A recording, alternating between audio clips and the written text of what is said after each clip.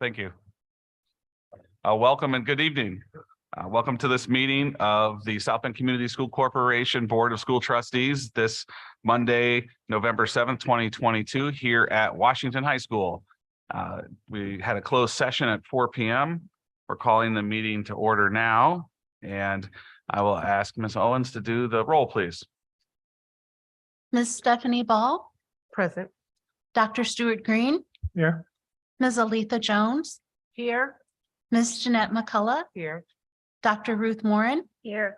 Ms. Leslie Wesley,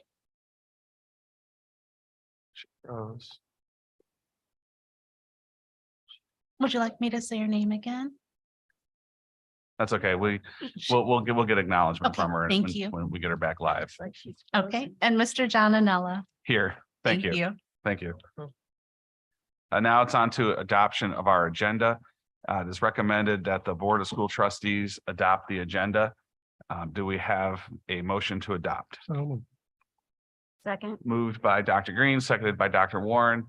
Any discussion on the agenda? Okay, seeing none, roll please, Ms. Owens. Ms. Ball, Aye. Dr. Green, Aye. Ms. Jones, Aye. Ms. McCullough, No.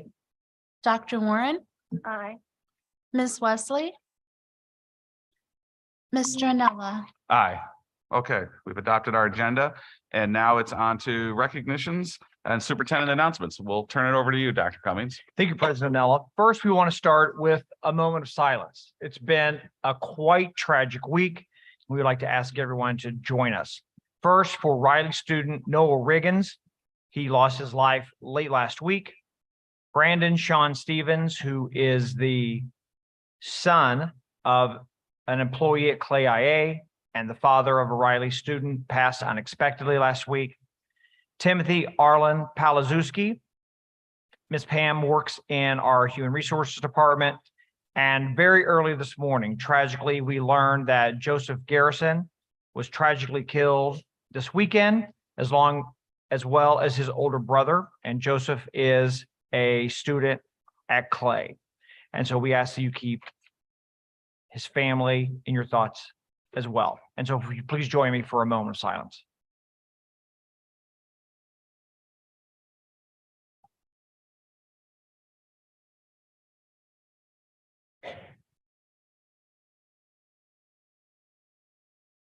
Thank you, everyone.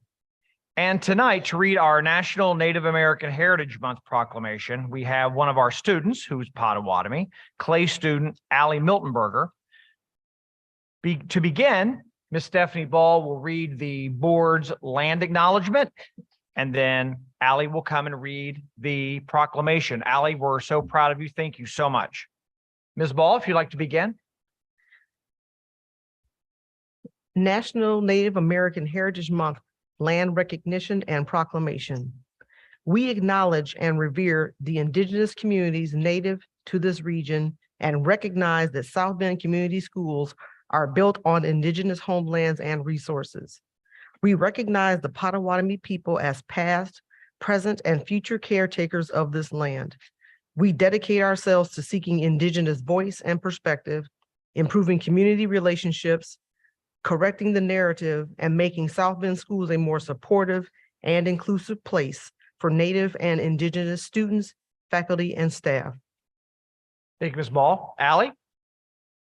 Okay, here works. Okay. Whereas during National Native American Heritage Month, we celebrate the rich tapestry of indigenous peoples and honor their sacrifices, which we recognize as inextricably woven into the history of this country. And whereas Native Americans are descendants of the original indigenous inhabitants of what is now the United States. And whereas Native Americans have moving stories of tragedy, triumph, and perseverance that must be shared with future generations. Whereas Native Americans have enriched our heritage and continue to add all aspects of our society through the generosity of culture and the continued practice of teaching economic, environmental, and cultural sustainability. And whereas our country is blessed by the spirit and strength exemplified by the Native Americans who have answered the call of service in our armed forces in the greater number per capita than any other group in the United States. we honor our Native American veterans and those who are in service in active duty for their bravery and sacrifice. And whereas during the month of November, we honor our Native peoples in their ancestral homes and pay tribute to their continued contributions in strengthening the diversity of our society.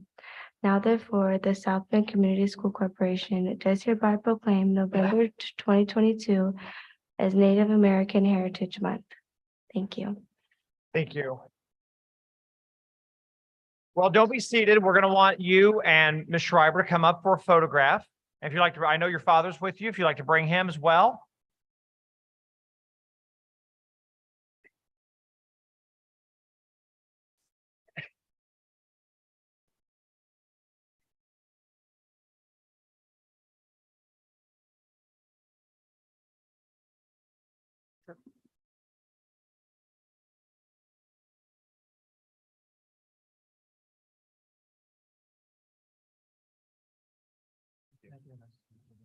Thank you for doing that. Thank you for coming out tonight. Oh. I think we can just move it.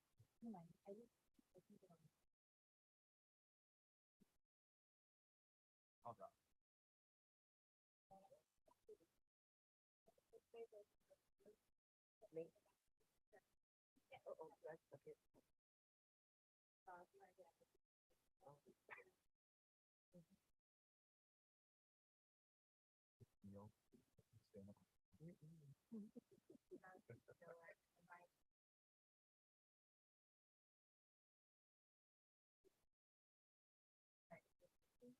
Thank you all so much.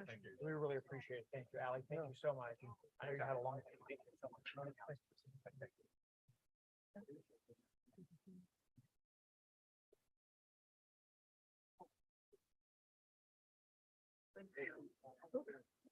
And thank you again, Allie and Ms. Schreiber and Allie's dad. Thank you so much. I'd also like to acknowledge that this is National Family Literacy Month.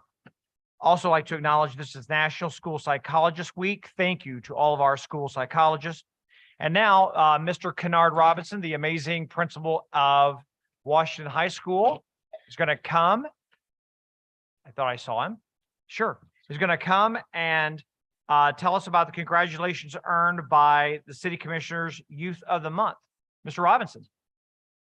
Yes, thank you, sir, to the Board of Trustees, Dr. Cummings. I have the distinct pleasure of introducing one of our proud 2023 graduates here at Washington High School, Mr. Tyshawn Grundy. A couple of weeks ago, we were able to go to the City County building to recognize one of our very own as being recognized by one of the Students of the Month. Here at Washington, Tyshawn is not only a role model, but he's also a part of our MBK, of My Brother's Keeper, to where as though he is mentoring other younger students in their academic success, as well as social and emotionally showing them what it's like to be a true Washington Panther. So without further ado, I would like to introduce all of you to Mr. Tyshawn Grundy.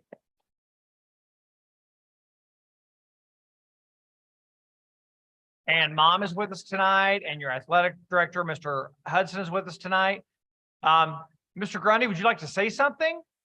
I know we went around and around at the commissioners meeting as well, but if you and your mom and Mr. Hudson would come up along with Mr. Robinson, we'd like to take your photo as well. We're very proud of you. We've heard awesome things about you, and congratulations on your Youth of the Month award, sir.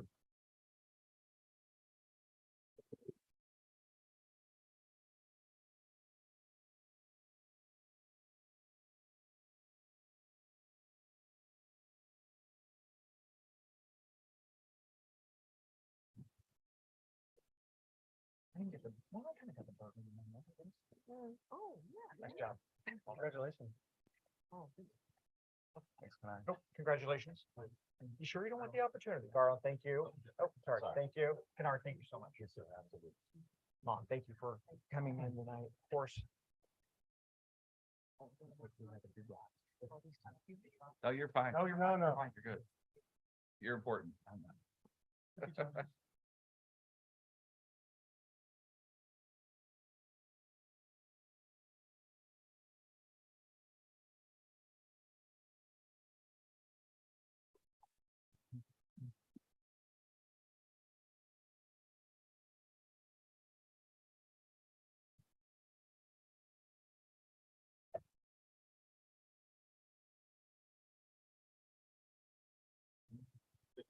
Thank you, everyone, very much. Thank you so much.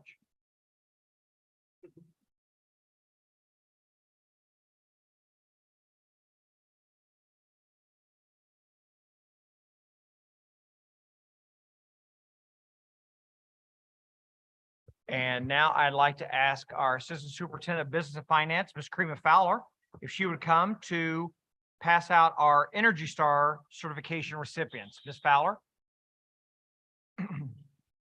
And I think you're joined with Terry Woodruff, is that right? From Synergistics.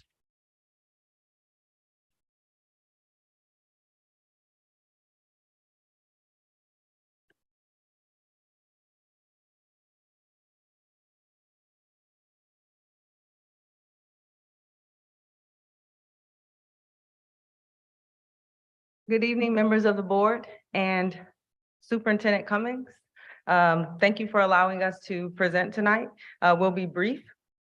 I'd like to first thank Synergistics for our partnership with them. I'd also like to thank our previous administration, which includes Michael Samansky, who's our Building and Grounds Director, and Steve Mishkin. They started a lot of this work before we received the certification, including swapping out some of the lighting and some of the various projects at the buildings. So we'd like to thank them. And we'd also like to thank all our building leaders and our principals in these particular buildings.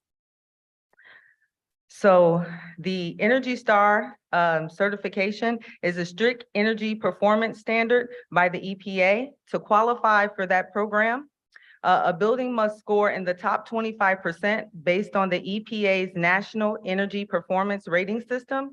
The Energy Star is the only energy efficient certification in the United States that is based on actual verified energy performance. And as of today, 11/7 of 2022, South Bend School Corporation is the only school district in the state of Indiana to earn the 2022 Energy Star certifications. These awards are significant, and it's a recognition by the United States Environmental Protection Agency for excellence in energy efficiency and acknowledging the district's stewardship of its finances and our environment. It honors each person in the organization for their hard work and efforts and commitment to sustaining energy conservation programs. So Terry's here and she's presenting. So each of the individual buildings that will get this award tonight is Coquillart Elementary, Edison Middle School, Lincoln Elementary, Marshall Traditional, Rise Up Academy, Swanson Traditional, and Warren Elementary. And later we will be presenting these to each one of the buildings with the names on the plaques, and they will live in those buildings. And we will be presenting this to the board and Dr. Cummings, and it will be downtown. And I believe many of those, first, congratulations, everyone. Second, I think most of the principals are here. So Terry and Ms. Fowler, if you would join us along with the principals and the banner and the award, we'd like to take a photo of your Energy Star certification.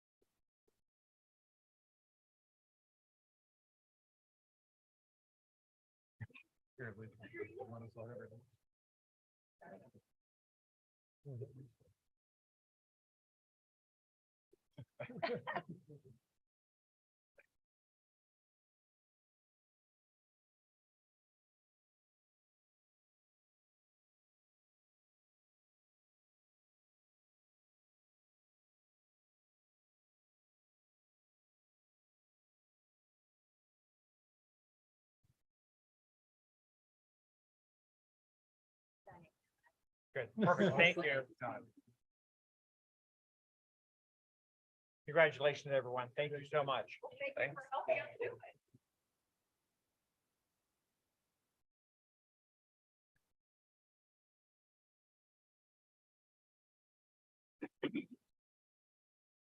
All right, and we will let Ms. Fowler transition to next, the National Compass in the Community Award for Chartwell, South Bend, and the amazing work of Tanera Winters. Ms. Fowler? Sure. Thank you all again for allowing us to come up. These are simple recognitions, but we just want to, there's a lot of work and a lot of good things going on operationally in the corporation, and we just want to make sure we shed a light on some of those things that are going on that are positive. So if you guys can come on up.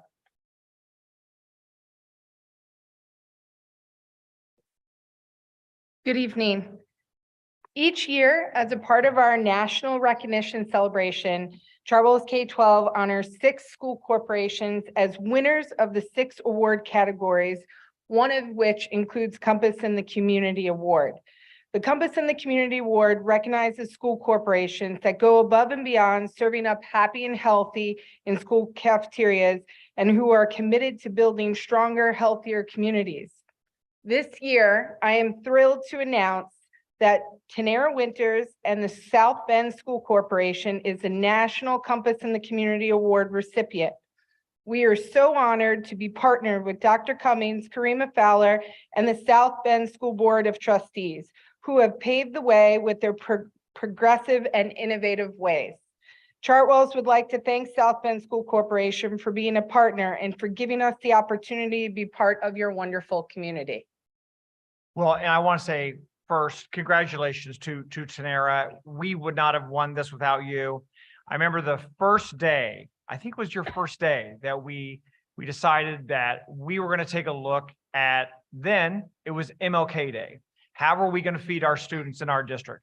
Little did we know that that plan that you, Ms. Fowler, put together would feed nearly 4 million meals of our South Bend residents during COVID, whether it's cookies, cupcakes, feeding board members, or making sure students had food after school and on the weekends. We would not have done it without you. And nearly 4 million meals later, Sarah, thank you so much. Thank you for what you did for our community. I know you've since moved on, and we're thrilled for you, your ability to grow, but what you did for the students and the city of South Bend, I'm very grateful for. So thank you very much.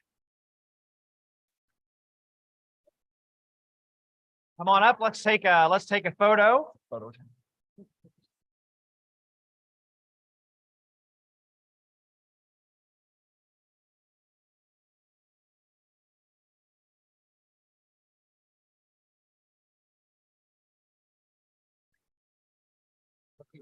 Yeah, welcome back. Congratulations. Thank you so much for coming tonight. Congratulations. You provide oversight, the oversight, congratulations. She provides oversight. We try to. Yes, you. Oh, she will come back.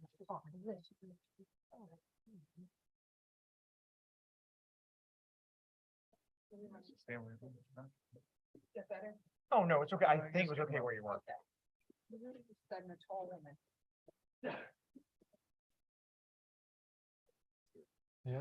want to switch?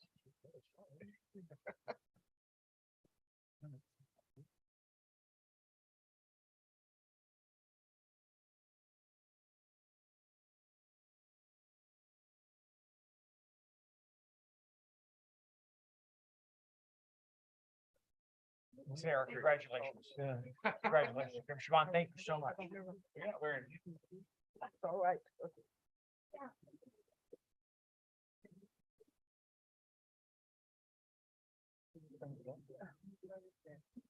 All right, and now I'd like to call upon Ms. Karen Patterson, who runs our SAMP program, to tell us about the newest addition to the Head Start Parent Policy Council. Ms. Patterson, thanks for being with us tonight.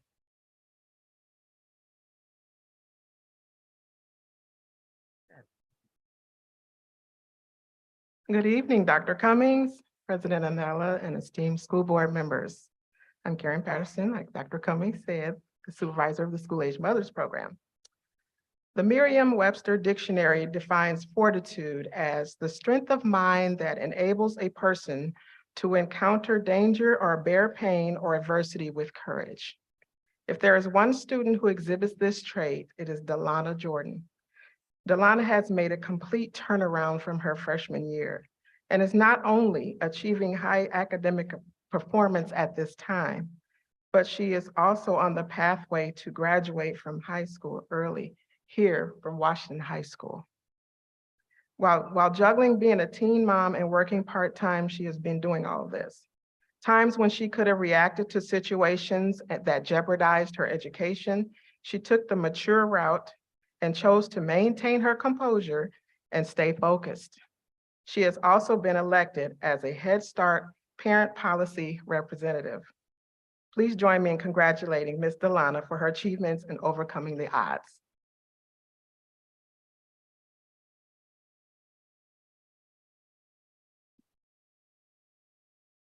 You like to say something?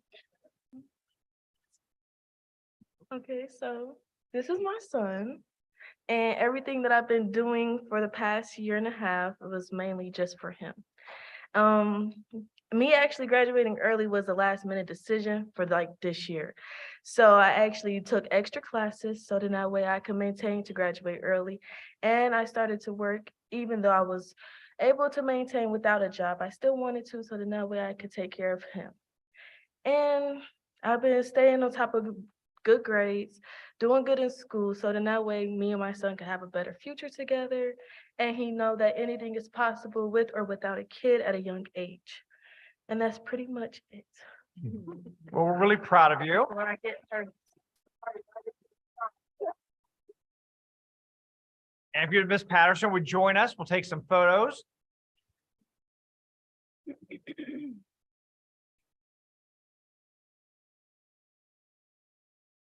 There's a lot good going on.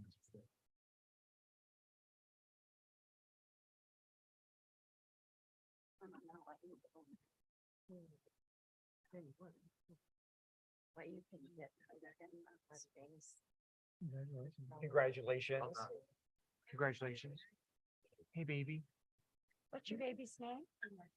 Marcia?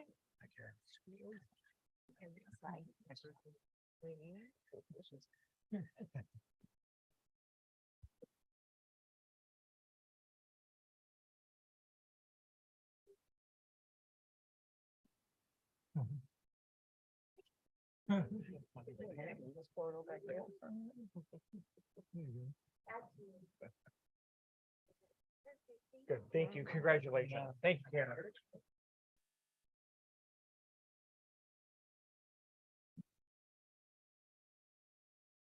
All right, and now to highlight one of our Eagle Scout projects, the Rescue, Release, Repeat collaboration, Mr. Sean Henderson, the amazing principal at Riley High School.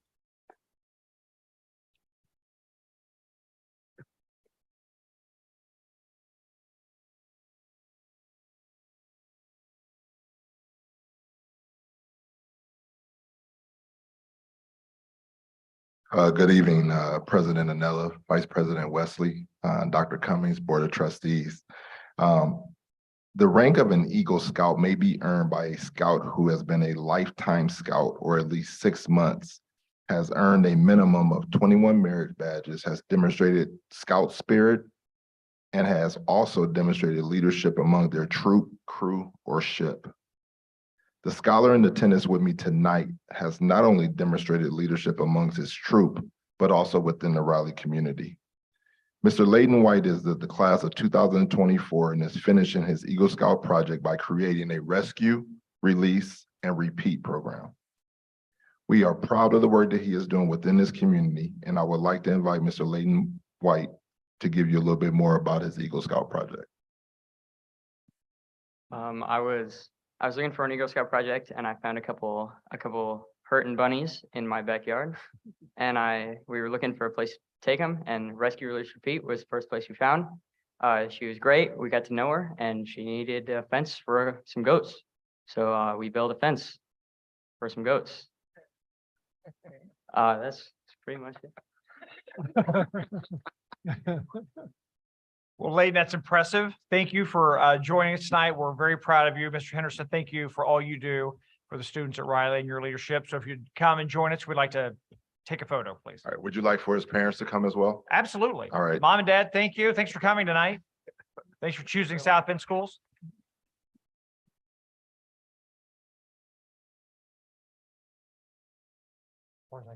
As far as I got was we below.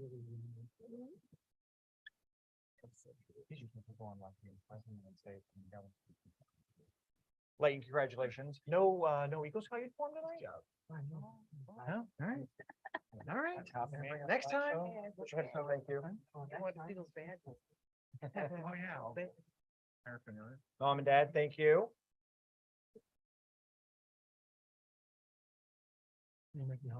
Congratulations.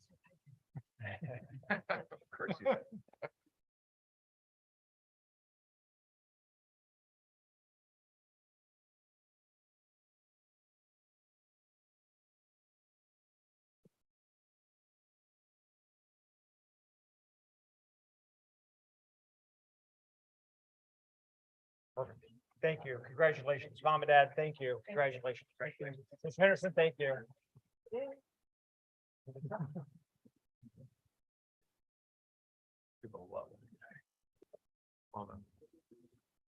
And then if they'll stand, I don't know if Stephanie Stewart Bridges is here or not. If you'll stand, Miss Bridges, I want to say congratulations. Stephanie Stewart Bridges presented at the 2022 National PBIS Conference on the school climate transformation grants. So thank you so much for taking the message that you do and sharing it. So thank you for your expertise. Also, Diamond Robinson and Javier Jimenez, if they're here, if they'll stand. Congratulations to them on presenting Becoming a Lead Learner, Maximizing District Resources and Colleagues for Change at the Indiana Association of School Principals. And next, I'd like to call on Mr. Brandon White to do our Principal Mission Impossible recognition. Mr. White. Thank you. Good evening, Mr. Anello, board members, and Dr. Cummings. This evening, I have the opportunity to recognize another one of our amazing principals, and I have just a short, brief statement to read about her work. October's Mission Impossible principal is Miss Tracy Streeter. Tracy has graciously moved Lincoln to some of the highest growth in the district. Tracy constantly analyzes and uses data to improve outcomes for the students of Lincoln. She has developed a culture of continuous improvement where teachers feel part of the conversation and are willing to brainstorm ideas to improve outcomes for students. Tracy's instructional leadership is evident, and as her students showed growth from 2020-2021 to the 2021-22 school years. Finally, Tracy is also a member of the Learning Forward cohort, which helps and supports her principal colleagues in their professional learning. So at this time, I'd like to welcome up Tracy.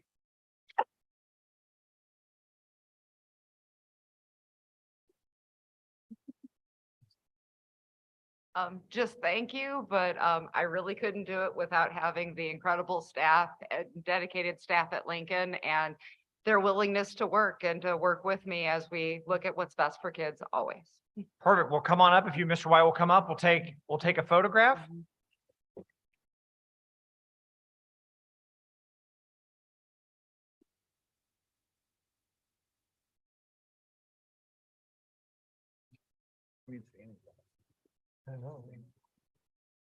Congratulations. Yeah. Congratulations. Nice job. Thank you. You have some great results, Tracy.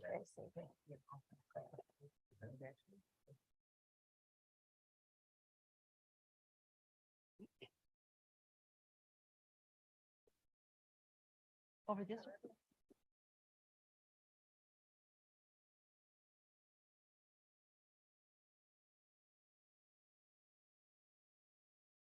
Perfect. Thank you. Congratulations, Tracy.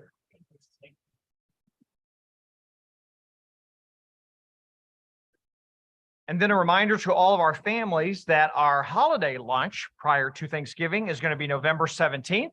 So make sure that you are prepared to eat holiday lunch with us that day. And then on Thursday, December 8th, we would like to invite all of our staff people and their families for the Gift of Lights at the Potawatomi Zoo. So you and your family can join us.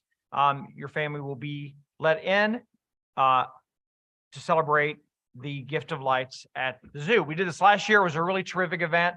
And so this year we wanted to expand it to include all of our staff, come out, celebrate New Year's, celebrate the holidays, and enjoy your South Bend friends and family. And that is December the 8th from 5 to 8 p.m. at the Potawatomi Zoo.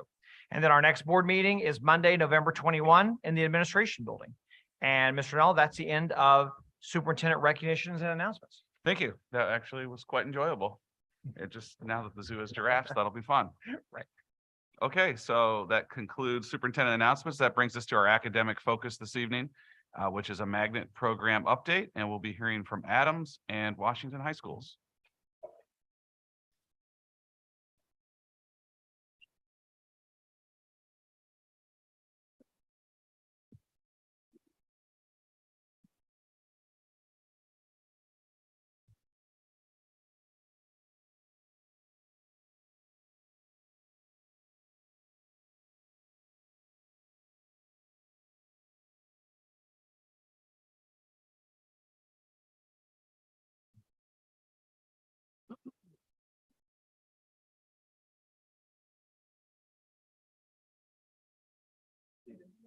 Wherever you guys want to go, I'm happy to go back over.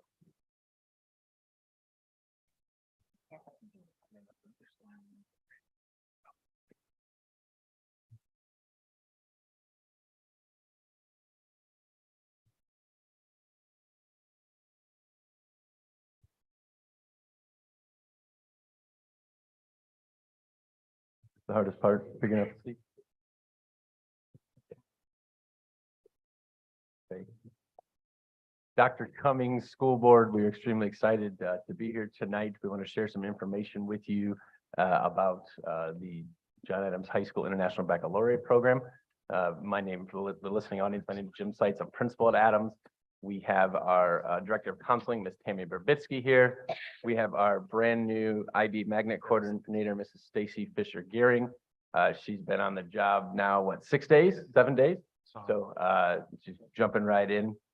And then we have two of our students, Lauren Gallegos and Lizzie Graff here.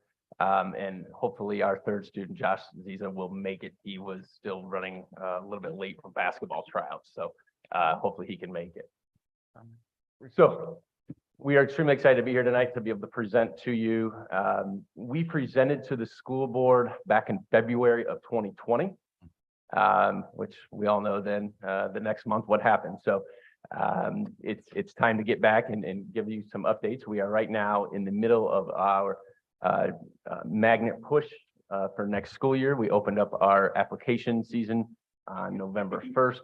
The first wave will close on December 15th. John Adams High School hosted our 8th grade information night last Tuesday. Had a very good crowd, had about 160 students, and then their parents included. So we had roughly 300 people there, 350 in attendance.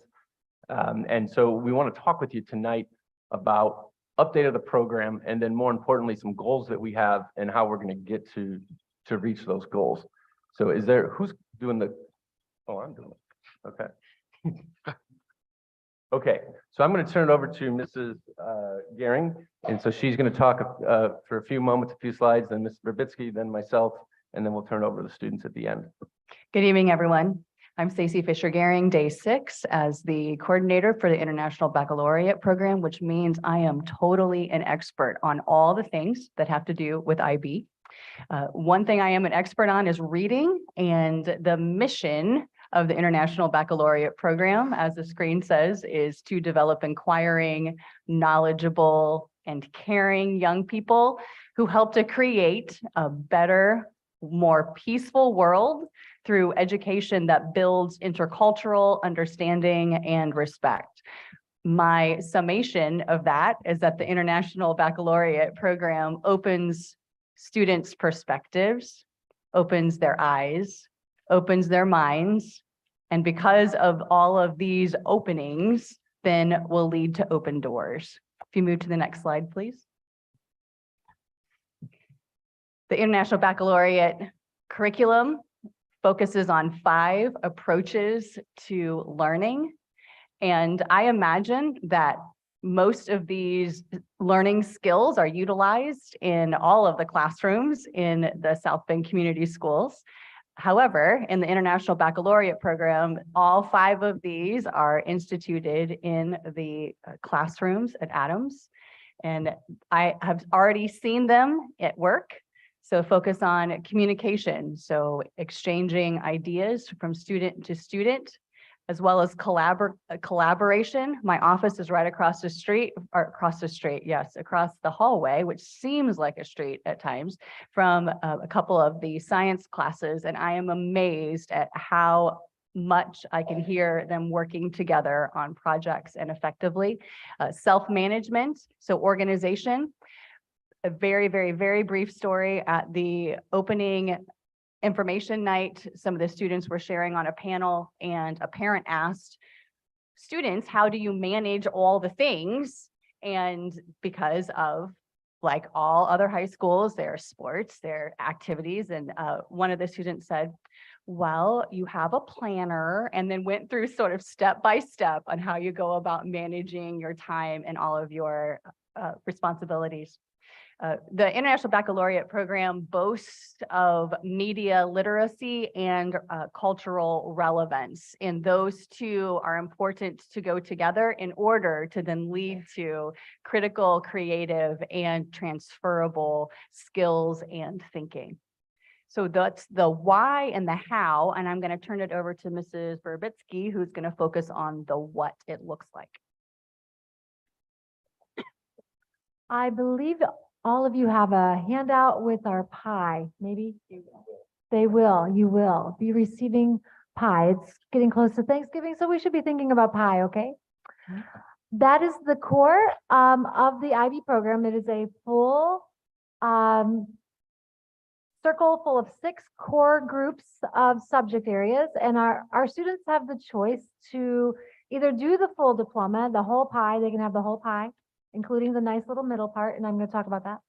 Or they can choose, depending on, a lot of our students like to do some of our CTE programs, so it opens up students to be able to do whatever their heart is pulling them towards. So it is not unlikely or uncommon, actually, for our students to be CTE students and also in some IB classes. And then we also have lots of students that are pursuing the full diploma. And so let's just kind of touch on those as you receive your pie chart there. The IB program has 6 groups.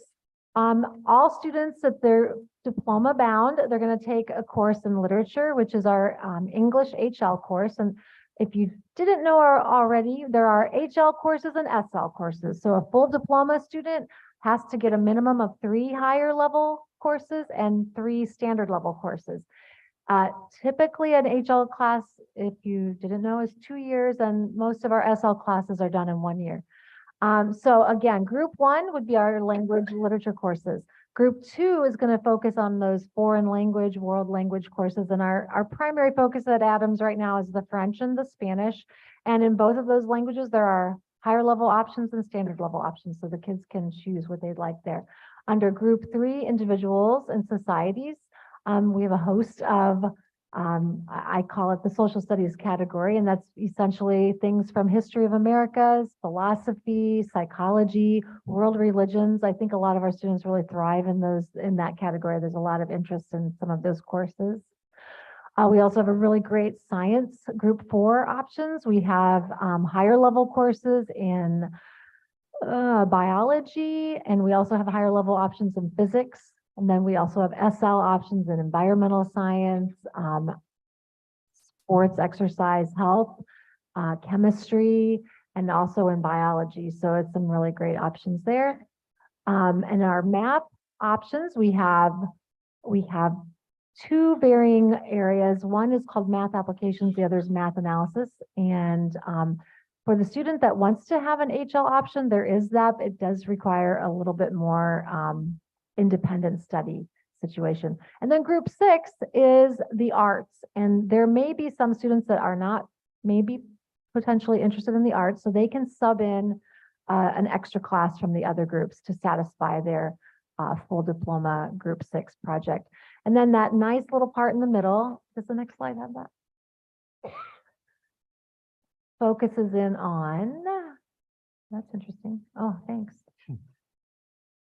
What else do diploma candidates need? That nice little, I call it the nougaty center, the good part. The extended essay is a requirement where they will think of a topic in an area of one of those those 6 groups, and they will postulate a question that they want to seek research on. And I hope maybe some of the students can talk to that. But they'll write an essay, they'll have a coach, a teacher coach that will help them with creating the essay and helping them kind of dive deep into that topic. So that's one of the 3 things. Creativity, action, and service is an 18-month, essentially like, well, I'm going to read what it says there. It's consecutive months of finding balance and seeking personal betterment through creative, active, and volunteering outlets. So it's like community service, but in addition to that, it's being on a sports team or mock trial, just 18 months of personal and betterment. And then theory of knowledge is a really cool course. There are 2 semesters that the students must take over the course of the full diploma program. In the spring of their junior year, they'll take a semester of theory of knowledge. And then in the fall of their senior year, they'll take the other semester that's required. And this class is dedicated to learning about how we know what we know. It's almost like Socratic, and they learn about learning. And that's a pretty cool thing. That is all for me. Thank you. Thank you, Ms. Brabitsky. So I want to talk about a few outcomes and then share some data with you. So our students, they are, as Ms. Brabitsky and Mrs. Gehring had talked about, they are prepared for college, they're prepared for essay writing and note-taking. Big emphasis on organizational skills. Our students are very busy. They are juggling lots of coursework, lots of extracurriculars. And then one of the pieces that I like the most is their public speaking ability. And that's part of why we wanted for you to see some of our students tonight, because as we tell our parents that are coming in for Magnet Information Night or Showcase of Schools, I kind of joke and tell them, you know, it's my job. I'm paid to tell you how great Adams High School is. These young people are not, and they, you know, they're going to tell you what's going on. We have our graduates earn dual college credits, or they get tested into higher level classes. Last year, the graduating class had 67 students earned a multilingual certificate of multilingual proficiency, and we attended 68 different universities. And so now I want to share with you some data. So we talked earlier that the last time that we gave a board presentation was in 2020. So I wanted to compare where we were in 2020 to where we are now. Obviously, there's been the pandemic in there, so that's going to throw a little bit of a hiccup into some of the data. But what we wanted to focus on specifically, if you look at the top 2 pieces of data, is comparing where we are from a school percentage of enrollment to in the IB program. You know, we talk about disproportionality, and so I wanted to see how far we were away from proportionality, because that is the goal of where we're trying to get to. So what we did is we went through and we compared, for example, in the 2019-2020 school year, 15.11% of our students in the IB program were African American. The overall school percentage population was 25.26. Fast forward then to this year, 17.22% of our African American, or of our enrollment in the IB program was African American. The overall school was 24%. So we've gone from a difference of 10 percentage points of being away from that proportionality to 6.8% in the African American categories. And so you can see the comparisons there. We've made great jumps with the African American and the Hispanic population in terms of the getting closer to the magnet program itself matching the school demographics. And so then what we did is we went through, and if you look down there in the left-hand corner, and I just gave you some raw numbers because percentages are one thing, but looking at numbers is very meaningful as well. So since the 2020 school year to now, Our overall enrollment has increased by 88 students. That's just the overall enrollment of the school. The IB enrollment, freshman through senior level, we've increased by 73 students. And then you can see each of the different demographic categories. And we've broken down too by percentage of increase or decrease. So we have seen an increase in our students with our enrollment data. So enrollment data is great. That's awesome. We're getting kids into the program. How successful are they being? And so what we did there is each student who takes an IB course, at the end of the course, there is an exam. There's a lot more to it than exam. There's an internal assessment. There's a few of other projects that they have to do, but then they sit for an exam and then they get a score. IB scores, so AP scores are 1 to 5 scale, IB is 1 to 7. And so if you get a 4 or higher, then you have passed the IB exam.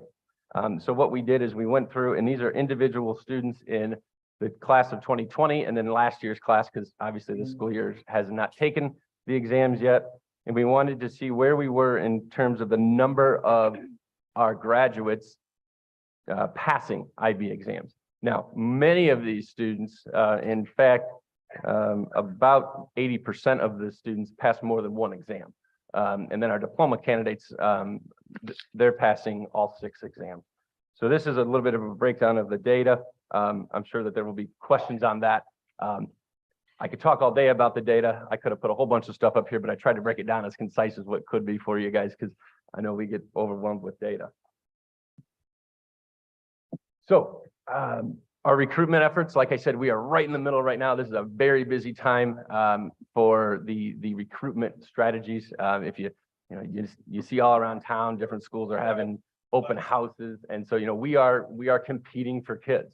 We're competing with other school districts. We're competing with charter schools, with private schools, with other public schools, and so we've worked really, really hard. All the schools have done that to make sure that we are getting our name out there, getting our information out there. We've had each school is going to have a 8th grade information night. Adams and Washington had theirs last week. I'll let Mr. Robbins talk about theirs. We sent postcards to all of our current 8th grade students. We've done all calls, we've done emails. And then we did target any current 8th grader who has left the school district at any time between kindergarten to 8th grade, because we have their information. They left us, we had their information. And so we've invited them back to come to our events so that way we can show them what the high school has to offer. Next step, because this is what's very important. Couple of goals looking ahead. We want to increase our enrollment and our success rate. So we've done a good job of increasing the enrollment, but we have to increase the success rate of our students of color. We are working with EOS, Equal Opportunity Schools, which the board approved last year. Thank you very much. That's having a very good impact. All of our students will be sitting down on November 11th and taking a survey. That survey is going to help us work with them so that way they can have a trusted adult in the building, and then work with them on specific IB or AP classes that might be of interest to them. Then in terms of the success rate, we have 2 new classes that, again, the board approved last year, topics in social sciences and then expository writing. And those classes are aimed at freshman and sophomore year at targeting to help our students be more prepared for the IB. We also are having a lot of peer tutoring going on. And we also have I don't know if Lizzie's going to talk about the SAIBD, so she can speak about that as well. And then one goal too, a true magnet school has the magnet philosophies integrated throughout the entire building. We're not there. I'm not going to sit here and pretend that we are. But our goal, where we need to be, is we need to get all of our teachers trained, and so that way we are having that globally minded thinking in every single class, not just the magnet classes, every single class within the school. So that's what I told when we hired Mrs. Gehring. That's what I told her job was to do. So that's one of her priorities. So let's hear from some of the students, and then we can take questions. Hi, my name is Lizzie Graff. I'm a senior at Adams. I'm an IB diploma candidate. I'm also president of the senior class, co-president of Model UN, and co-president of Student Advocates for IB Diversity. And that is a program that's student-led, and it's kind of aiming for the same goals that Mr. Seitz just set out. And we're working to go visit the 8th grade students at middle schools and educate them on what the IB program is and encourage them to get into those harder classes their freshman year. In my experience at the IB program, I realized that it's more than just a mark for a college resume, which is initially, honestly, why I signed up, is I wanted it to look good on my resume. But yeah, I've really grown as a learner. So it really connects learners with different perspectives, not only within your classroom. You don't just have like-minded people around you, as well as your teachers. And it also encourages us to globally think. And I really find myself thinking about, politics ideas outside of the Western world. There's also a community of alumni who have, the IB diploma or IB certificates, and connecting with them outside of high school is something that I've heard is going to be really beneficial. Additionally, it really prepares us for college classes. We are kind of taking college level course classes already. So, it really encourages us to not only take those harder classes, but to make that transition easier. And also one of my favorite things about the IB program is the interconnected curriculum. All my different classes, even though I'm an IB diploma candidate taking 6 different courses, there's some sort of interconnectedness between all those classes. Additionally, for my extended essay, I'm working on researching a recent case and looking at a recent case in the death penalty and looking into how the racially motivated structure of our judicial system impacted that case. So I am lucky enough to say that in addition to all these, educational circumstances, I'm able to, attend my classes. In addition to my IB classes, I take newspaper, I take ceramics, and I still have enough time after school to do all my different extracurriculars. Like I just came from Spanish Club where we just watched a movie.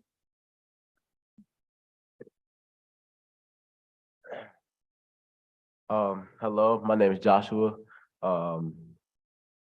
My experience with the IB course is different than most people are, because as you may know that I'm Black, but there's not that many people there. And so I take these courses to help other young African Americans to take these harder courses, even though they think that they may not be as smart, maybe as bright as their peers. And so I just try to set an example. Another thing about the IB courses, like Lizzie said, they're really look good on your college applications. And so that was a big reason why that I took these classes. And aside from that, it just helps me as a person to understand the world in a different view than I did originally. So these classes forced me to look through the world in a different lens. Yeah, that's pretty much. Thank you.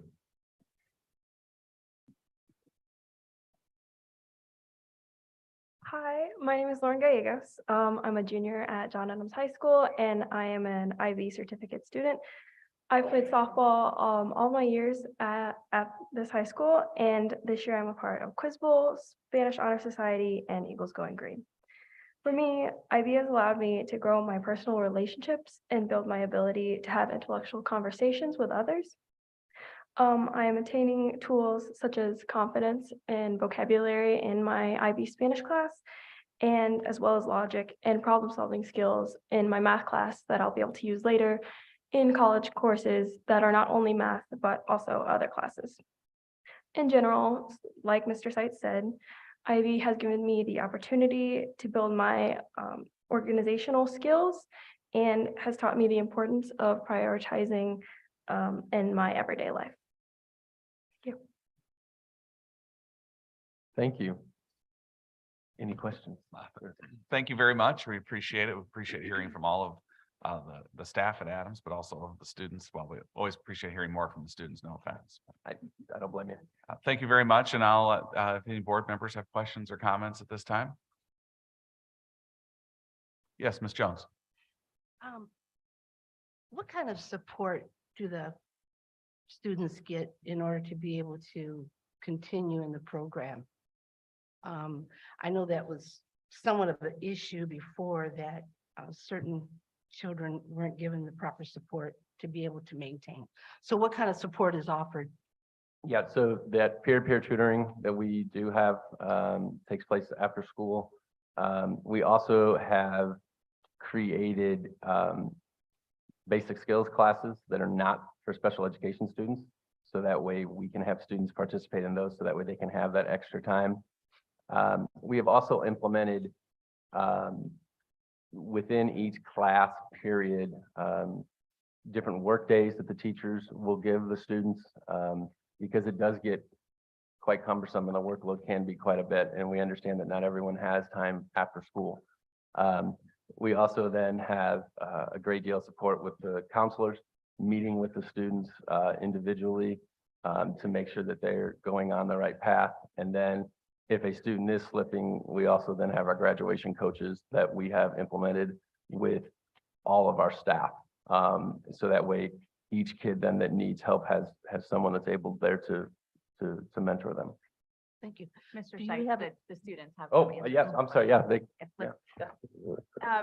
Additionally, like we were just talking about how we have study tables after school, and we prioritize the student athletes as well because we know that's difficult to balance.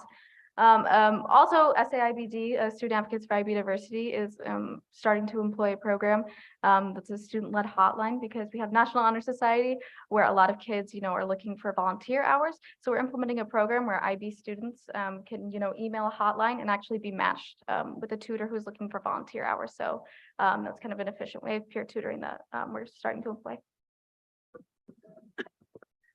Also personally, I have these teachers who are IB who have had experience with students for a long time, and I find that they're always open to help and for questions, even if it's not about their class or if it's just in general about staying on top of things. So there's no reason why a student can't make it through. Yes. Do you have an idea of the number of students who attend that are out of the school, South Bend District?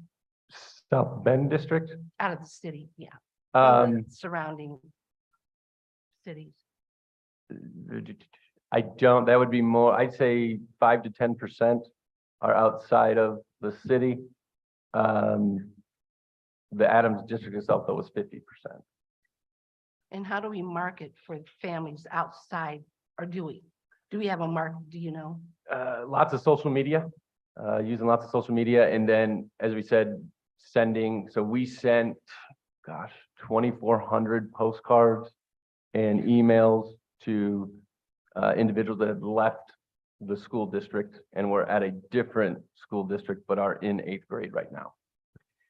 And then Mr. Seitz and a couple students and Mrs. Verbitsky attended an information night at Stanley Clark and were able to interface with students there. And I have been on the phone just today with 5 different families who are all from schools outside of the city schools because of word of mouth.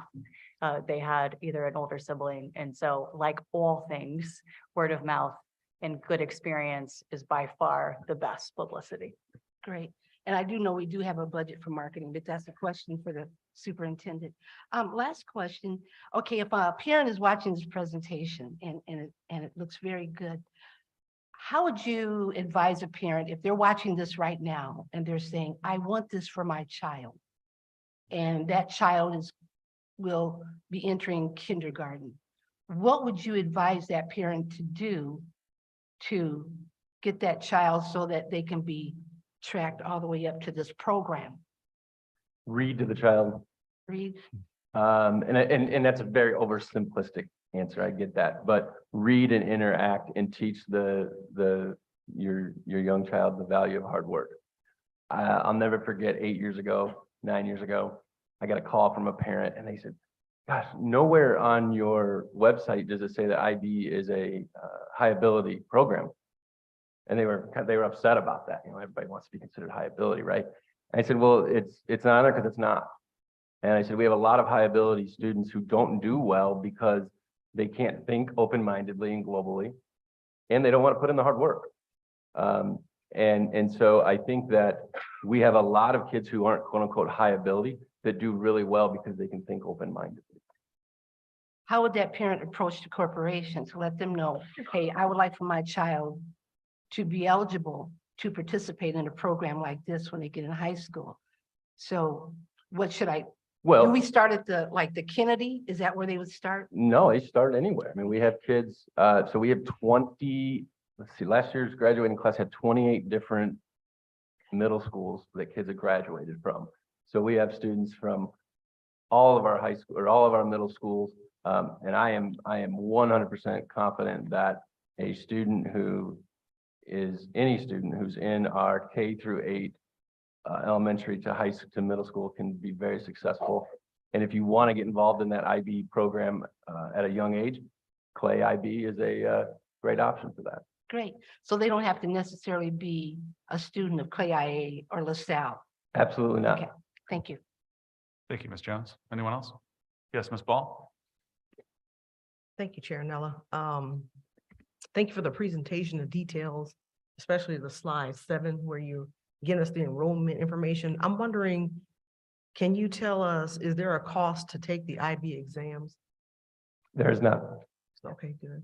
And then you're showing us the number of students who passed. But can you tell us maybe at a later time how many students take the exams? Roughly 200. I think last year was 221. Okay, so I mean, so the point is okay, so it's about. So we had about a 70% pass rate. Yes. Well, I mean, I'm looking at, if you're looking at your total number of IB students, you know, of all those students, what number actually took exams? And then you were telling us also. Correct. But so the total number of IB students was 900 for the whole school. That would just be the seniors. Okay.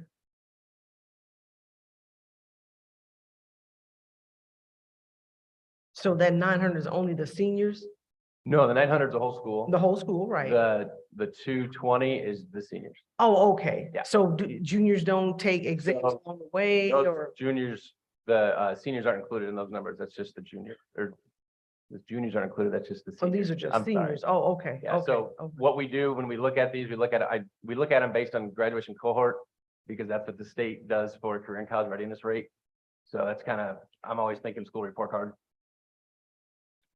Okay, thank you. Thank you, Ms. Ball. Anyone else? Yes, Dr. Green. So I'm very grateful for this presentation, and I guess I want to start out thinking a little bit about something I think one of the students said. It would be really important to start talking to students in the 8th grade. Can one or all 3 of you talk about your trajectory and how it is you came to go to Adams in the IB program?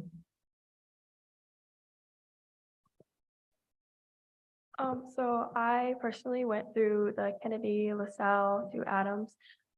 My 8th grade year, I went to the magnet night. I got all the information. I talked to the juniors and seniors and whoever the IB students were there, and I learned more, and I signed up for my classes at my middle school in 8th grade near the end of the year.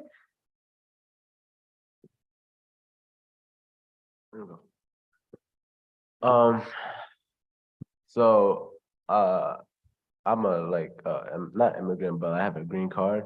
And so my journey is just came from Jefferson Intermediate. And so my first 2 years, I didn't really take these classes because I was like the stereotype, like, oh, it's too hard. And so like people of color usually don't take these type of classes. And then one day when my brother graduated, he talked to me about taking these type of classes because he would never given the opportunity to. And so he told me, you just be the leader, and even though it might be difficult, it's still doable, and you just be setting example for people behind you. I also took the, traditional Kennedy, LaSalle, Adams route, but I will say I visited a ton of middle schools last year giving presentations for student advocates for IB diversity. And I've also done a little bit of research this year on how we can better increase involvement, especially by people who feel like they're not going to do well in the IB courses. And I will say that I've learned, you know, simplifying information and really giving information to the 8th graders that is particular to their 9th grade situation rather than their whole year situation is what has worked well. So I can say that especially SAIBD is working to improve their, you know, methods of research and presenting within those middle schools. Thanks. It was good to hear you, the three of you, talk about this similarities and some differences. You know, what stands out for me, and again, the students are welcome to respond to this, but it seems that it's not just academic achievement. What I'm hearing is that your expectations that students in the IB program have certain dispositions, that they're open-minded, that they can think critically, that they're good problem solvers. And I think given the emphasis on service, that there's a real intentional approach to making sure we have students who are good people. Is that fair? I think you just, that was our commercial right there. I'll sign up. Mhm. So, so what I'm getting at is that you're on this certain track, or I love the fact that your brother became a mentor. I think cohorts as friends often become each other's advisors, but there's something intangible in talking about dispositions. And how is it that you ensure that through middle school education, that teachers as well as administrators and families are aware of those dispositions and are encouraging students to adopt those dispositions? Or do you just wait to get to Adams and sign up and, oh yeah, you're that kid? Help me just demystify this for families and others. Well, I think that's a huge question to answer, and one that we need to improve upon. And it's getting down and getting into those middle schools and keeping things simple, right? Because this can be super overwhelming.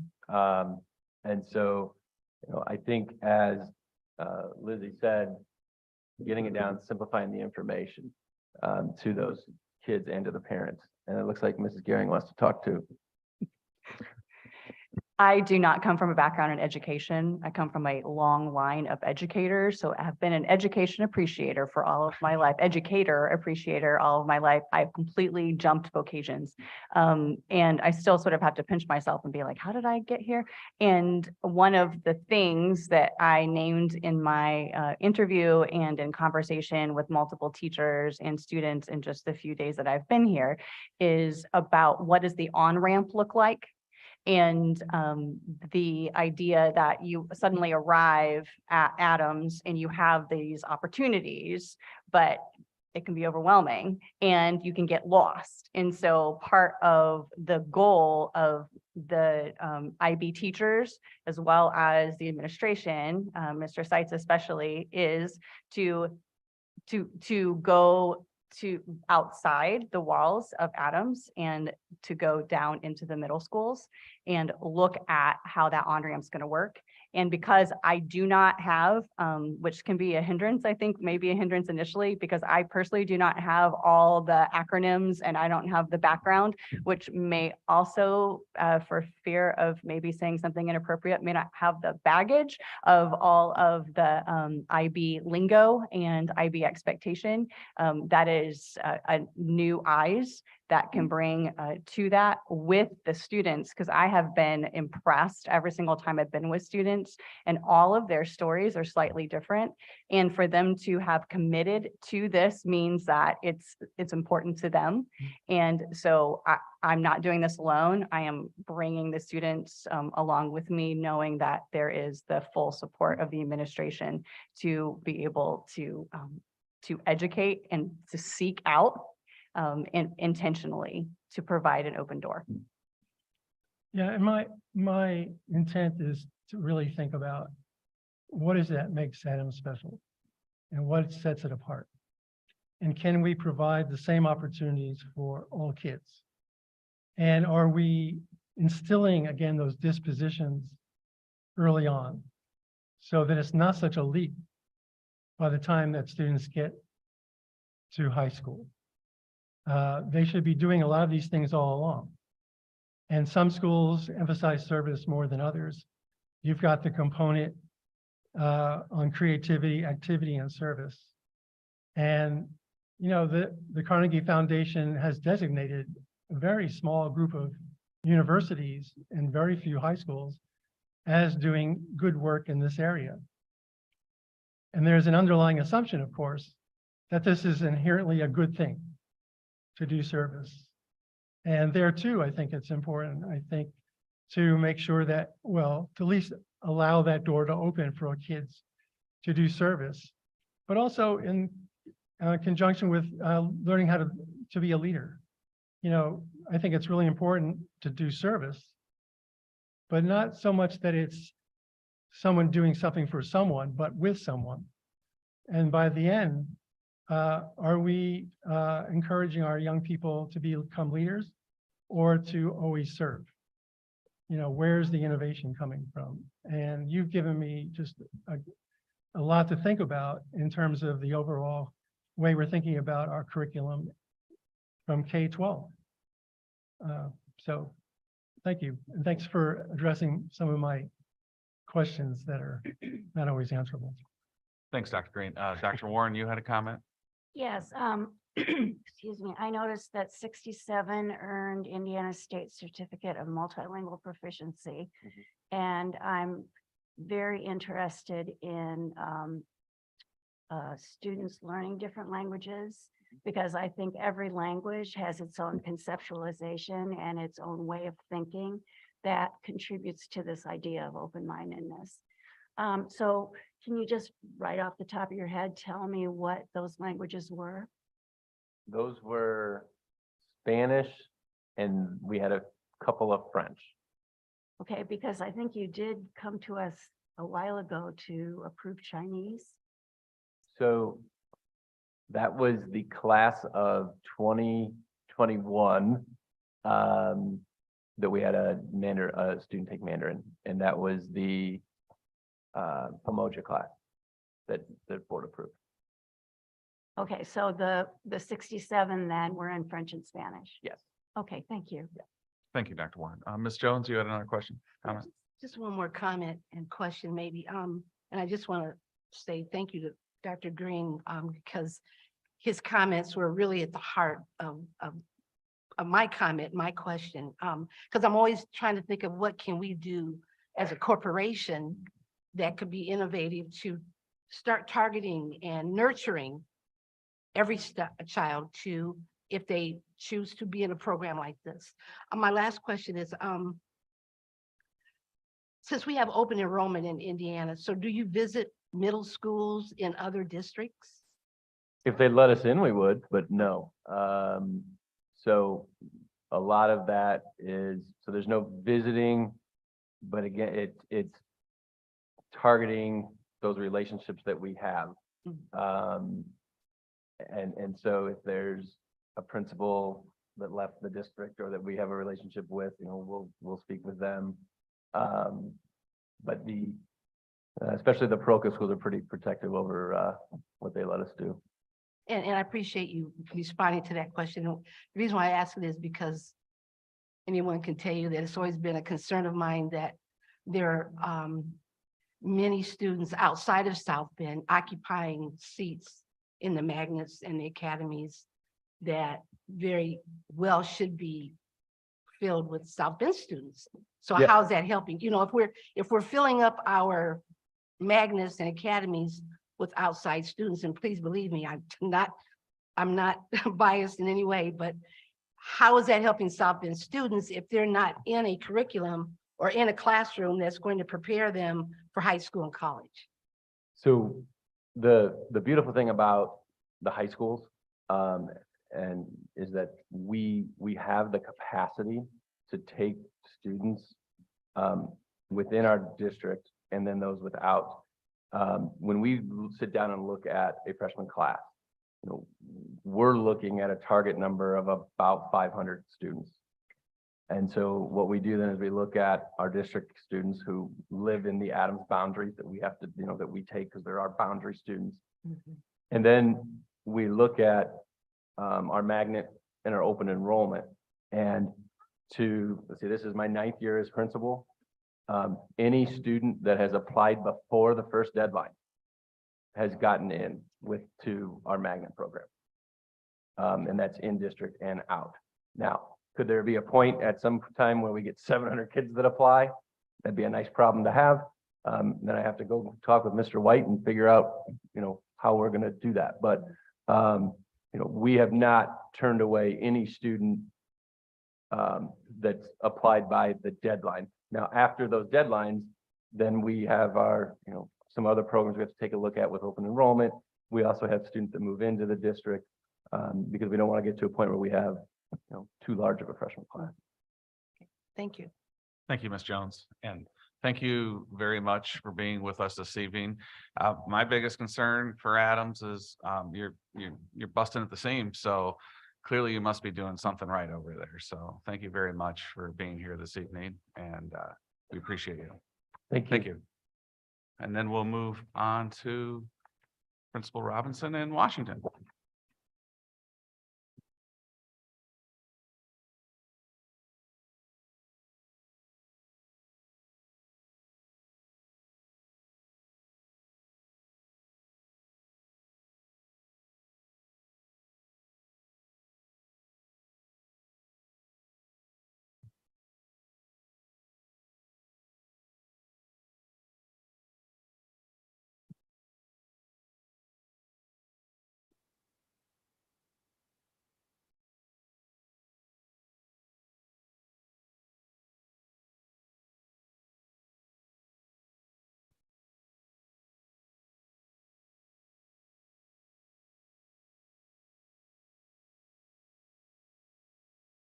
All right, hello, everyone. To the School Board of Trustees, President Anella and Dr. Cummings. I am Kennard Robinson, proud principal of Washington High School, proud of the West Side. We are coming here today to talk about our medical magnet program, and I would dare to say the rebirth of our medical magnet program here at Washington High School.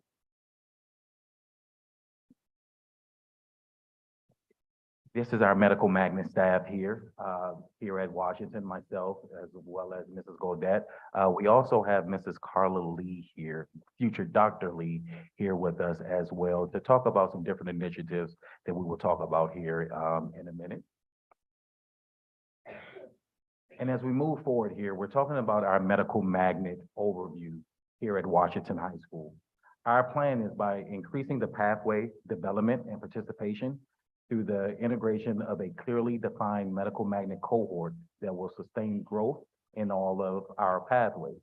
Our vision will mirror some of the top medical magnet programs nationally and integrate our schools into a full sensory model. This model has a true sustainability through the integration of our elementary schools to high school initiative. Once our lab and curriculums are developed, the program will be self-sustaining by aligning the NLPS and other state lead pathway requirements. Our families and communities will be serviced through our partnership with Harrison Elementary and Washington High School medical magnet students will gain essential experience in healthcare. This is one of the initiatives that we wanted to highlight here on this evening that we have really put into place this particular school year. We had to really go back to the beginning in our recruitment efforts and really not only hone in on our 8th grade students, but we had to hone in on our 5th grade students, our 6th grade students, and our 7th grade students. As I often preach here inside of Washington High School, we try to treat ourselves as well as our medical magnet program as farmers. We are planting seeds early. With our program, we have dropped a little bit in enrollment as of right now. We're at 146. However, with our recruitment efforts, especially what happened on November 2nd, when we had our Medical Magnet Day, a lot of families came in, whether 8th graders or 6th, 7th, and or 5th graders, came in to really figure out who we are. And a lot of the things that our families mentioned on that particular day was, I didn't know you all had all this here. I didn't know that you all were moving in this direction. That is a testament through the hard work and the publicity of not only our public relations department here at Washington, but also our medical magnet coordinator here, Ms. Teresa Godet, with helping to push us forward when it comes to being instrumental in getting the word out on who we are here at Washington High School. So as we push forward, we're getting inside of the elementary schools more. We're going to get inside of the middle schools more and not just target just the 8th grade, because we had a blind spot moment, as I often say to my staff, what are our blind spots? Our blind spots here at Washington is if we wait to 8th grade to try to recruit students, it's a little too late. So we are going back to 5th grade. We're going back to 4th grade, and we're going back to 6th and 7th grade to really hone in and let the students know who we are, what we have to offer, and propel them to move forward as a Washington Panther in the near future. At this time, I will segue to Mrs. Teresa Godet. Hello, good evening, Dr. Cummings and the board. It's an honor to come back to you as Washington High School's Medical Magnet Coordinator and not just a teacher. It's a privilege to serve this program. I am a product of the program. I graduated from Washington High School in 1997.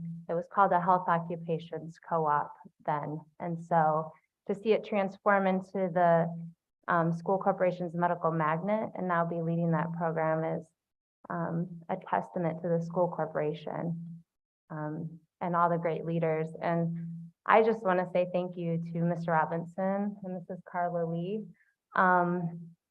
You know, sometimes you don't know why you cross paths with people and where your path will lead you. But I will tell you that Mrs. Carla Lee was my very first supervising principal when I was student teaching.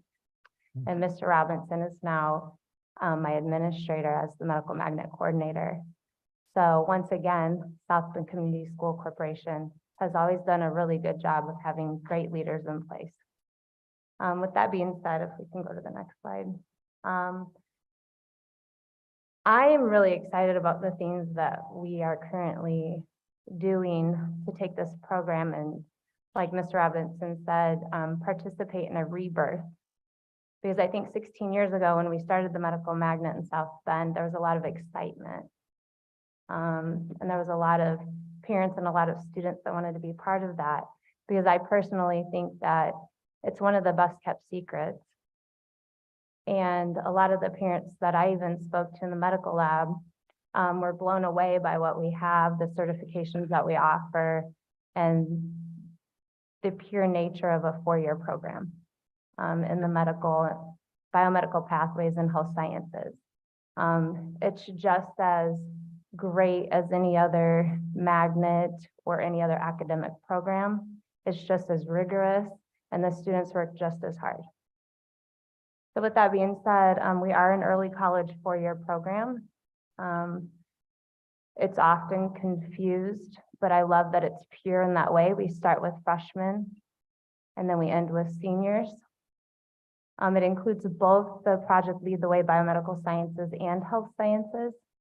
I've taught both, and so I love both pathways equally. I think PLTW Biomedical Science is a great STEM pathway for those students who love sciences and who really excel in that area. And then obviously the health sciences for any student that wants to be in a medical pathway and that is their future. It's exceptional. We offer 30+ dual credits. We have multiple industry certifications, including the 2022-23 implementation of CNA, CCMA, and phlebotomy here at Washington. Alignment with Ivy Tech Early College Pre-Nursing and Health Sciences Associate's degrees. There are new deans over at Ivy Tech. I had the privilege of sitting in on a meeting with them, and we are planning on aligning further aligning our program with their associate's degree program so that we know that our students are taking exactly what they need to get to the next levels. We also started Memorial Hospital job shadowing and externships. We sent our 25 seniors out a week ago. This year, they also have a new administrative team over at Memorial Hospital, and I've worked really hard with them to create a unique program. The new addition this year is that all of our students will get to rotate through every department at the hospital, including the NICU. And if you know anything about hospitals, they don't let high school students in NICUs, and we made it happen this year. Also, we are working on community integration. We were at the best Wednesday ever.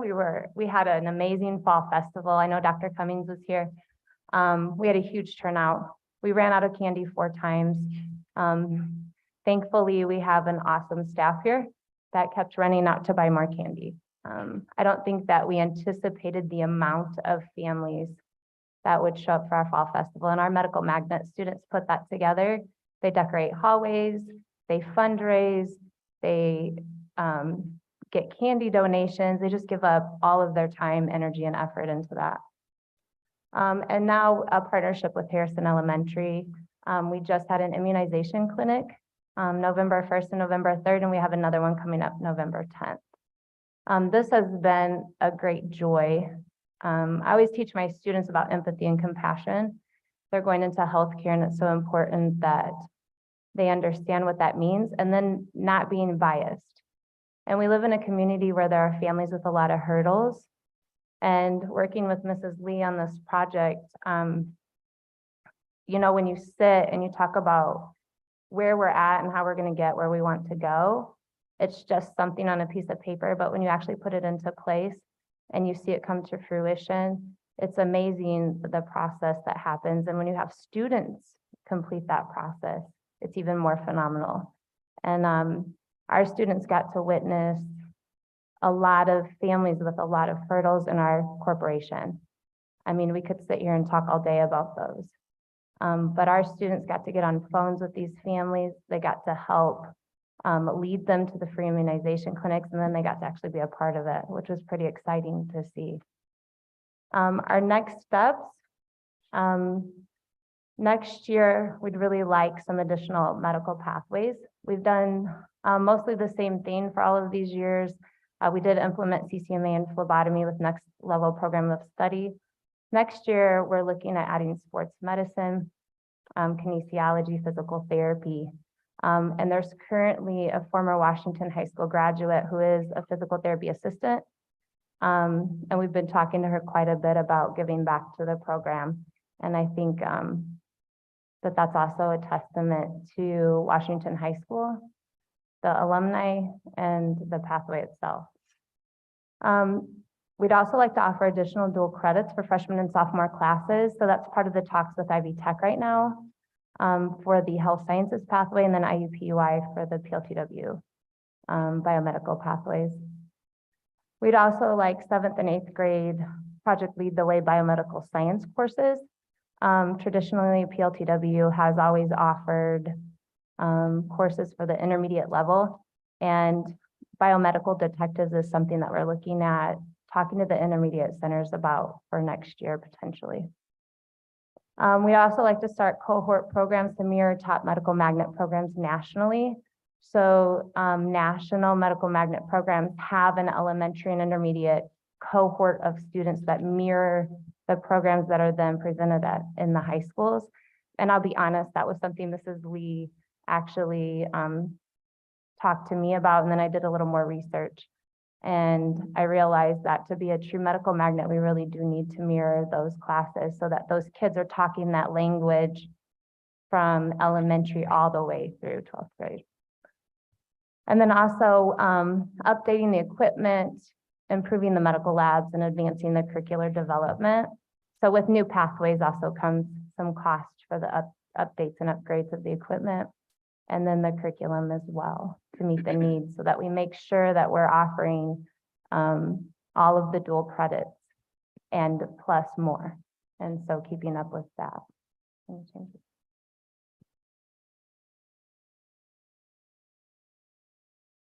And then as part of our recruitment, I talked quite a bit about, I always tell my students I'm ahead of my slides usually, but the vision is to develop a clear pre-K through 12th grade pathway with feeder schools.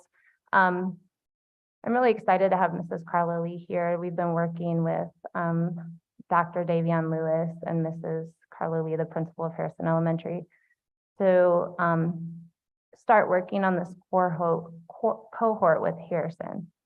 It's something that Mrs. Lee has envisioned for Harrison, and then it made sense to align what we're doing with the medical magnet with Harrison as well.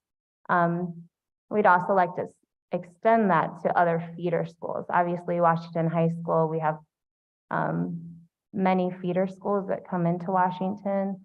And so I think to replicate that would make sense, but starting with Harrison Elementary is exciting. And then to try to identify those 4th and 5th grade students that definitely would like to do something in either the biomedical pathway or the health science pathway, and then feeding into 7th and 8th grade into those PLTW courses. Washington and Harrison Community Healthcare Initiative, we're in phase 1. Phase 1 is a community events that include immunization clinics and sports physicals. We have completed the immunization clinics. It's providing students with immunizations that would otherwise not be in compliance and then not be able to attend school. And I was actually shocked when we started looking at the all of the spreadsheets of the students that were out of compliance. And it's a real need in our community. So the fact that we were able to take our CCMA students, our medical magnet students, and then work with Mrs. Lee and the Empowerment Zone team to make that happen was pretty phenomenal. I don't think we don't have the final numbers yet because we have another immunization clinic coming up, but I can tell you that there were over 300 students on that list between the 4 elementary schools and Navarre Middle School. A lot of students would have been out of compliance if we had not worked on this. So it was a huge success to me, and I think Mrs. Lee will share her thoughts on that as well. And then phase 2 would be an integrated biomedical health science curriculum in elementary and intermediate school. So I have already said, like, we'd love to mirror what we're doing here and have that cohort of students coming all the way through. And then phase 3 would be open clinic hours for Harrison Elementary students and families supported by the medical magnet students. Within a CMA scope of practice is the ability to give immunizations. We are teaching phlebotomy, so they'll be trained and licensed phlebotomists. And so there's no reason why our students should not be working in that clinic. And then they would work alongside other healthcare providers. And so I think the big picture here is that you have a sick child, and obviously there's a lot of families in our community that need services. And then to be able to pick up your child from Harrison, go directly to the clinic with the healthcare provider, supported with the medical magnet students, and get a diagnosis and be sent home with the treatment right away. I mean, we're talking about parents that don't have transportation. And so to get to that phase will be so purposeful and meaningful. And I know from making the calls for the immunization clinic, how many parents really need support and services. And then phase 4 is community clinic with after school hours. So I know that is, we don't have all the details of that worked out. I know it might be 2 or 3 years down the road for phase 4, but the whole idea here is that we are partnering in a way that we are now running a community clinic so that when those school hours are over and the school doors close, that community clinic stays open for the community. And this community needs something like that. And to be able to make that happen within our school corporation, I think would be just phenomenal for this area. And I know that there's been talk of the medical magnet having a clinic, but why would we build something from the ground up when there's already a clinic there and we can partner and work together and update it and make that happen? So with that being said, I'd like to pass it over to Mrs. Carla Lee so she can talk a little bit about her vision.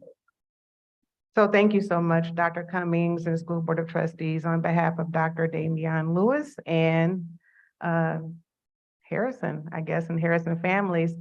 So go back to March of 2022, we all know what happened. As a building leader, I think it hit a little bit differently because I think the day after I sat on the floor in my office and I thought, my God, what am I gonna do? I didn't have a response to be able to respond to the families that make up Harrison community. And especially those who were the pathways for us to go and shelter in place, because my families are the families who were the essential workers or who are the essential workers. So that being said, things started to happen around me. So we had Dr. Fox and the County Health Department, as well as Beacon and other agencies reaching out and said, hey, would you all be interested in hosting a COVID testing clinic? Sure. Hey, would you all be interested in hosting a COVID immunization clinic? Fast forward. Hey, yeah. Hey, would you all be interested in hosting food services? And so the energy kept going and moving forward and forward and forward. So finally, I began to create my own theory of action and leaning into if then. If we take intentional looks at the needs of our families, then create systems around to support what would happen. And then from there came the question and posing the question to the Washington administration, if then.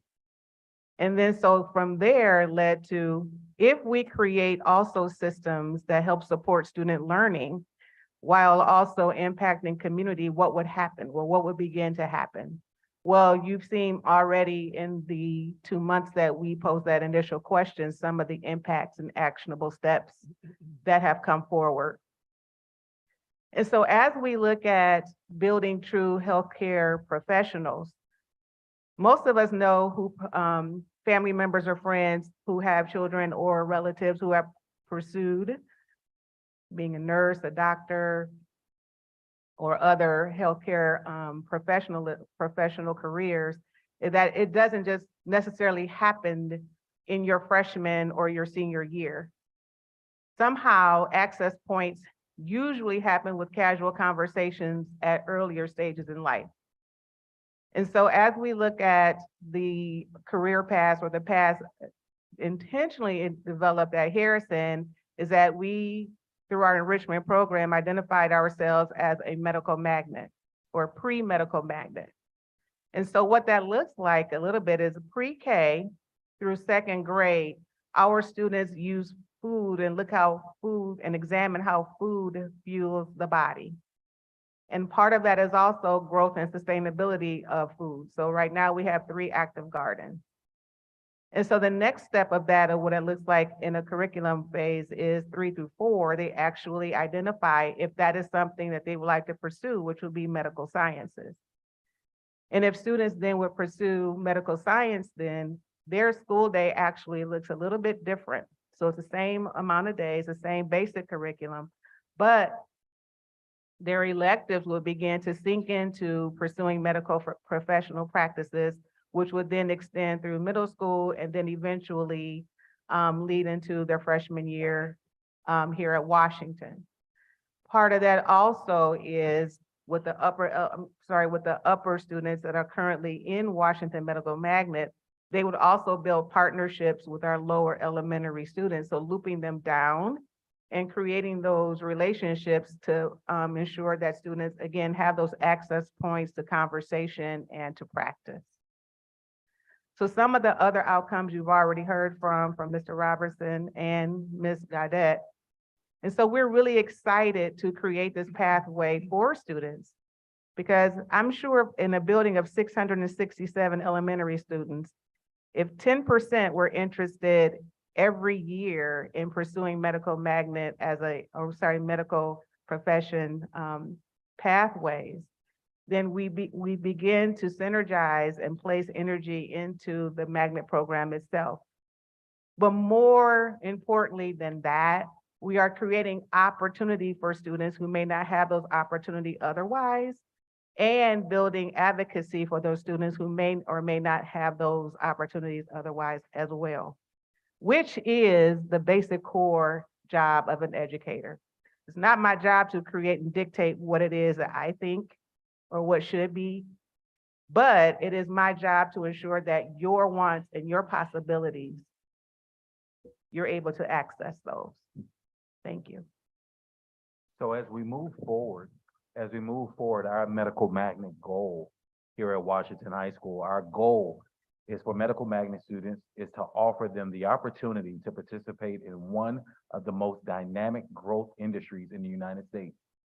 Our students will receive a broad-based preparation for careers in healthcare and scientific research through one or two of our pathways as they pursue a Core 40 academic honors and/or technical honors diploma. Those two pathways is what we talked about earlier, early college and/or Project Lead the Way bioscience program, biomedical science program.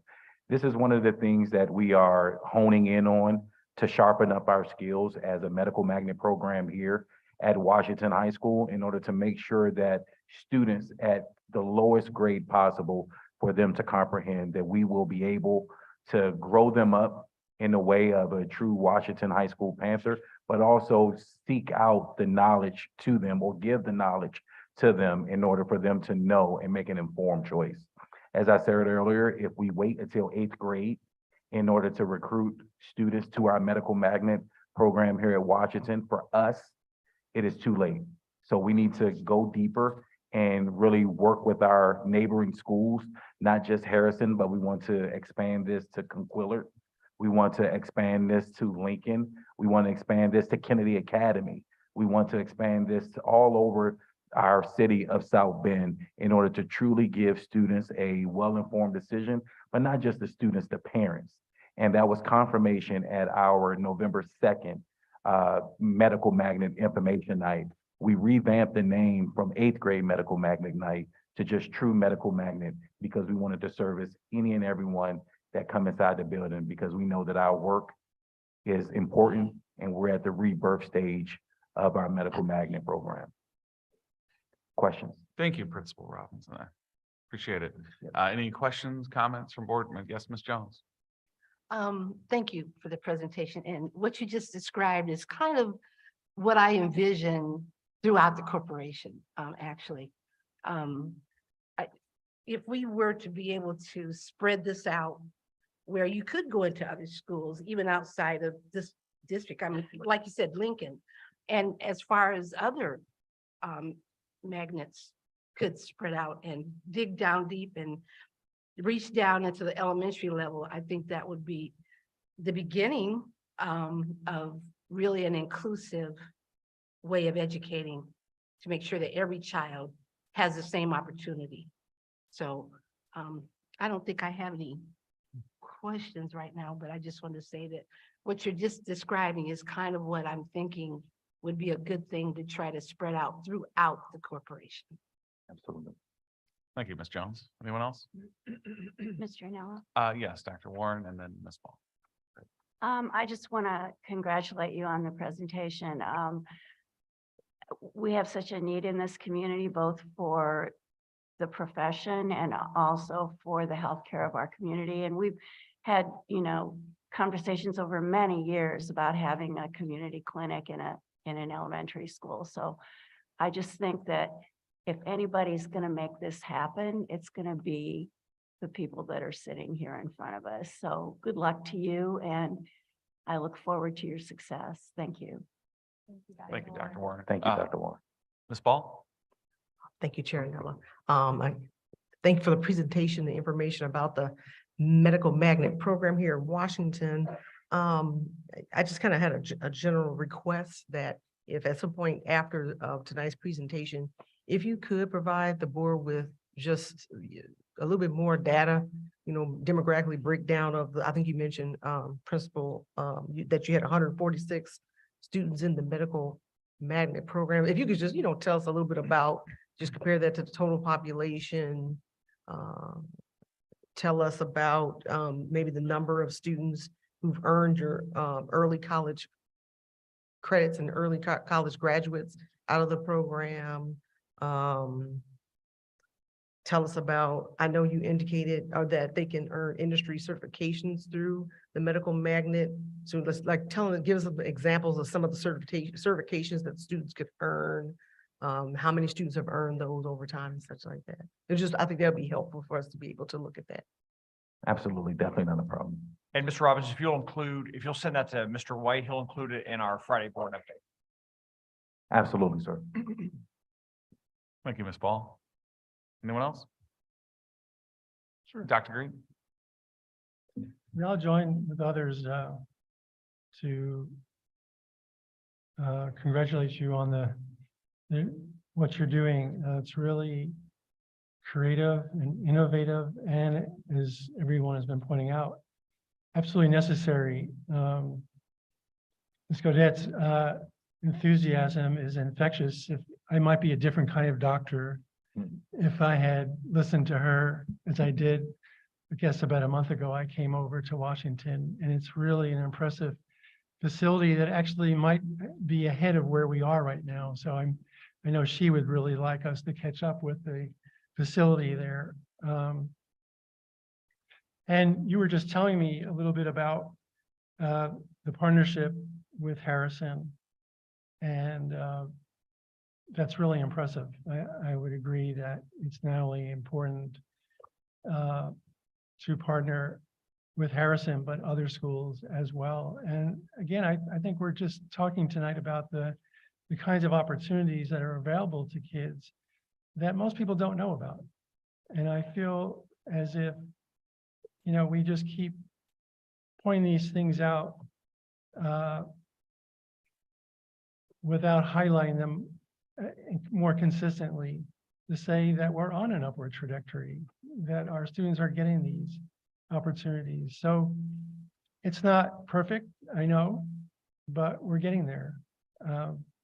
But I was curious, Ms. Cadet, I won't let you off without having to answer a somewhat challenge. I think that, as you begin to realign with Ivy Tech, we can guess we can't just hit an easy button and we'll have a realignment. What are some of the pain points in making progress along your plan? Yes, I think the biggest thing is, I think with this rebirth, there's also been a rebirth at Ivy Tech. They have new administration, they have new deans of their programming. And I think it creates a unique situation where we get to come to the table and have a new plan. And so I know that it's not going to happen this year, but we're looking at next year, potentially replacing some of those freshman and sophomore dual credit options. Because Ivy Tech went through a realignment with both their health sciences and their pre-nursing pathways. And so we need to stay up to date with that. And so it would be as simple as having that conversation this year and then implementing it next year. And I don't see any problem with that. I think what everybody knows about me is if there's a challenge, I'm ready to take it on, and I'm confident that we can get to that point. And so I've seen that with CCMA and phlebotomy, and I'm confident that next year we will realign this medical magnet to meet those associate, those programs and those associate degrees. One last thing, I'm curious, you mentioned that hospitals don't ordinarily take our high school students. How did you persuade them that they should? Yeah, well, so Memorial Hospital has always led the medical magnet shadow. I think once again, a unique situation was they have a whole new nursing education team this year. So it's a brand new group. So I took the opportunity to meet with them and say, this is what we've done in the past, but this is what I think that we should do now. And I would love to see these students get more hands-on and get more experience in the areas that they're interested in, along with a rotation, because even though a high school student says, oh, I want to do this in this area, I'd like to go into oncology, I'd like to go into cardiology. They don't know that until they've experienced it. And so when I was sitting down with that nurse education team, I said, it's really important that we get to rotate through every area. And like you said, my enthusiasm, when I sit down, like I would invite any of the board to come and see our medical lab. I get very excited about this program. I get very excited about the pathways. I know Miss Wesley has been here too. She knows my excitement. Dr. Ruth Warren knows my excitement. So anybody that has not gotten an opportunity to come over and see the medical lab, please do so. It's easy to talk one-on-one and really explain what we're doing, but I think when I'm sitting down with people, I do get enthusiastic and then they want to make it happen. And that's kind of what happened in this situation. And the nurse educator that I've been working with, she's like, listen, I hear what you're saying and I really want to do this. And then I kind of thought it might happen, it might not. And she came back to me and she said, guess what, you'll never believe it. She actually called me before she sent the official email and said, I've got every placement that you asked for, plus some more, including the NICU. And I was like jumping for joy. And we were both kind of cheering together because I think she worked just as hard on it as I did. And we were pretty excited about that. Well, the three of you were a force, and I know it's going to happen. So thank you. Thank you. Thank you, Dr. Green. Yes, Ms. Jones? To be fair, you say you have 146 students in the medical program. Of that, how many are out of city? Do you have an idea of the number of students? Do you have any students that are out of the boundaries of South Bend School Corporation? Not at this time, not that we know of, but I will get that information for you. Normally with our medical magnet program, just looking at the history, there are South Bend bound students that are from our general area, but I will definitely get that information for you along with some other items. Thank you, Ms. Jones. I think that's interesting you brought that up because honestly, we should have interest from out of our school district because I know right now John Glenn School Corporation sends their students to Plymouth for their medical pathways, but we're as close. I mean, we're talking about some of those students were in Green Township. And so we should be pulling those students in. They shouldn't just have Plymouth as an option. We should be their option. Because we are offering more medical pathways than they are. And so that is a growth area that I think that we need to look into. And I agree. Just my concern is that we want to make sure that we are serving our students and giving them, I mean, if we have programs in South Bend schools, I feel it is incumbent upon us to make sure the South Bend students have full access and that we're not opening, I know we have open enrollment in the state, I get that. But I'm just curious as to how many we serve, because now I'm not talking about Washington per se, but it's been reported to me over the years that we may go as far away as LaPorte to pick up students that come into our programs. And like I said, personally, but I just want to make sure that we're serving our children and giving them full access. And that goes along with some of our recruitment efforts that we're currently updating now, as we're calling it like the Panther Mobile Unit, as we're going around to different lunch mods throughout the elementary schools and middle schools, just giving out free giveaways, whether it's wristbands, pencils, having a conversation with some of our students, even at the lower grade levels, just to get the word out of who we are. Because Mrs. Jones, the main thing is just the recruitment to let people know. I think that was confirmation for both of us during our medical magnet night, where parents had no idea that our state-of-the-art pseudo lab that we have here, some of the rigorous academic courses that we have here, Miss Teresa's enthusiasm, was infectious in some of our like presentations. So we are heading in the right track. It's almost like a situation, Ms. Jones, where we're in that moment in time where if we capture the moment right, our upward trajectory is limitless. I agree. And I remember having conversations with Mr. White. I don't know if he remembers, but that was one of our conversations. How do we focus on getting down to the very lowest level to get these things into our children's, put it on their radar. So when they're in elementary, they feel the possibilities. And we're not waiting so late waiting for them to get to middle school, and then, you know, we need to go as deep as we can.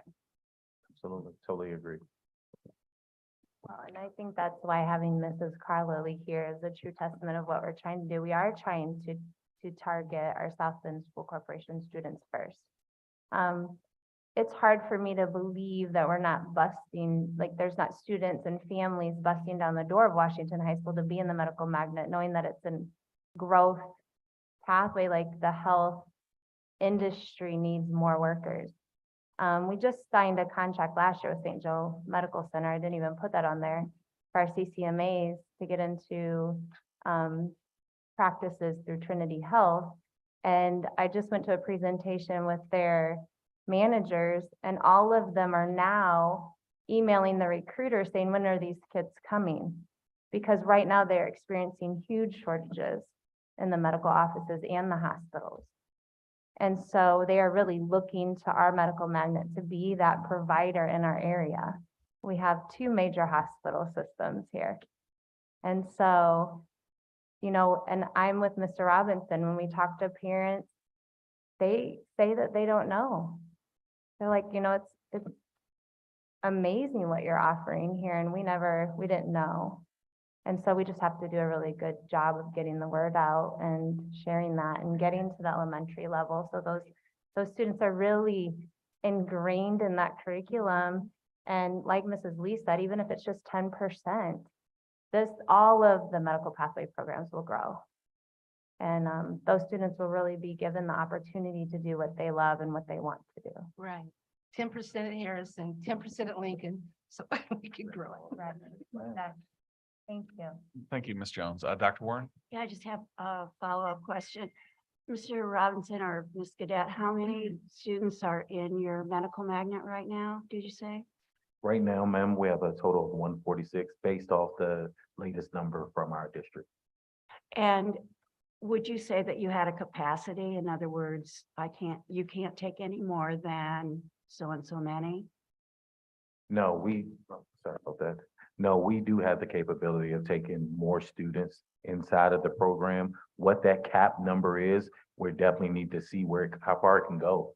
You know, it's been a while since we've been at that cap number, just based off the data.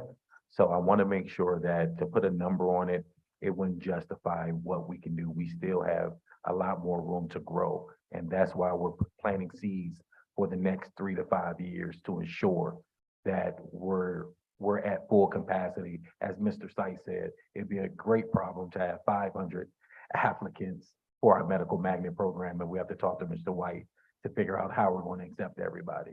But right now, we can accept more students. And Ms. Gadet, don't you live in the John Glenn district? No, actually, I've moved back to South Bend. Sorry? I've moved back to South Bend. Okay, well, you have Yeah. connections in John I Glenn, do. so I really think that you could get those kids over here with your charminess. Yeah, yeah. So a Rosie Place for Children, I'm sure all of you have heard of that. So I do know Teal Bishop, and I did try to get her daughter when she went through CNA. I'm counting on you for that. South Thank Bend I'm a first. proud South Bend School Corporation employee. Yeah, after we get South Bend students. Thank you, Dr. Warren. I just want to thank you all for your leadership, working obviously to build this program and build this and strengthen this school. And as we know, we live in an urban environment in a developed country with an aging population. So healthcare is, for better or worse, one of the consistently fastest growing areas in this country, and will continue for quite some time. So get the word out and keep growing the program and keep building the partnerships. And thank you for everything you've done. Thank you. Oh, I'm Thank sorry. you. Oh, Ms. Jones. Yeah, you did hear me when I said South Bend first, right? Yeah. I think we're doing a great All job right. with the elementary schools. I'm really excited on where we're headed with that. And if you look into the medical magnet pathways nationally, that's exactly what they do. They mirror everything at the elementary and junior high level. And I think, I know we'll do it. Thank you. You're welcome. Thank you. Thank you. Okay, that brings us to the end of our academic focus this evening. So now we are on to hearing of visitors on action agenda items. Secretary Ball, do we have anyone signed up for action agenda items? Yes, we do have one speaker signed up for item number 9.01, Allen View Renewal, Mr. Anastas. Okay, and just before the speaker approaches the podium, I will remind at regular meetings, the public is invited to address the board for 3 minutes regarding action agenda items. Visitors wishing to address the board on action agenda items that will be voted on must sign the registration sheet prior to the meeting and state the action agenda item which they will address. Individuals may only speak once during this section of the agenda. Speakers shall properly identify themselves after they approach the podium by stating their name and address for the record. Personnel issues are not to be addressed during open sessions of the school board. The board president may interrupt, warn, or terminate a person's statement if the statement becomes personally directed, abusive, or obscene. Okay, Mr. Anastas, you have 3 minutes, and Ms. Owens, you can keep the clock. Okay, Paul Anastas, 51680 Orange Road. I did notice this in the agenda, the Alovu renewal. From what there was no description or no explanation as far as what that is. It's saying that we're renewing it, but I had to end up looking online to find out what it even was. First off, you guys didn't even tell us how much is this going to cost? Is that, you know, like the contract, the amount of the contract? Is there any increases in the contract? And from what I found out, that Eleview, it creates financial software designs for K through 12 district charter and SEA to allocate budget and manage resources efficiently and equitably. I thought we had a whole accounting department that did that.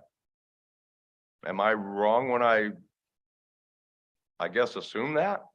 But here again, I mean, there's nothing there that shows how much this costs. There's nothing to show how long this is going. There's nothing. All you're saying is you're renewing a contract. We don't even know how much or how long. So maybe you guys need to put that in there. Thank you. Is anyone else signed up for action agenda items? No, that's. Okay. So that will bring us to hearing of visitors on other items, which at regular board meetings, public is invited to address the board for 3 minutes regarding items not posted on the agenda. Individuals may only speak once during this section of the agenda. Speakers shall properly identify themselves after they approach the podium by stating their name and address for the record. Personnel issues are not to be addressed during open sessions of the school board. The board president may interrupt, warn, or terminate a person's statement if the statement becomes personally directed, abusive, or obscene. If anyone wishes to speak, please approach the podium, and Ms. Owens will keep the timer 3 minutes. June Pritchard, 5800 Summit Hill Court Granger. Taxpayers of Clay Township are beyond angry with the school board and administration. Where are our tax dollars going? Clay High School hasn't seen a penny in years. Never installed detectors at the doors even. We'd like a full accounting for the last 5 years, including our property tax contributions, please. All these fancy programs presented here tonight, but families have been fleeing your schools for years because of behavior problems. What do? You double down and create the worst student code of conduct in the history of public education. No one with classroom experience approves this disaster. Even the teachers union told you so. You sell your code of conduct using the word equity.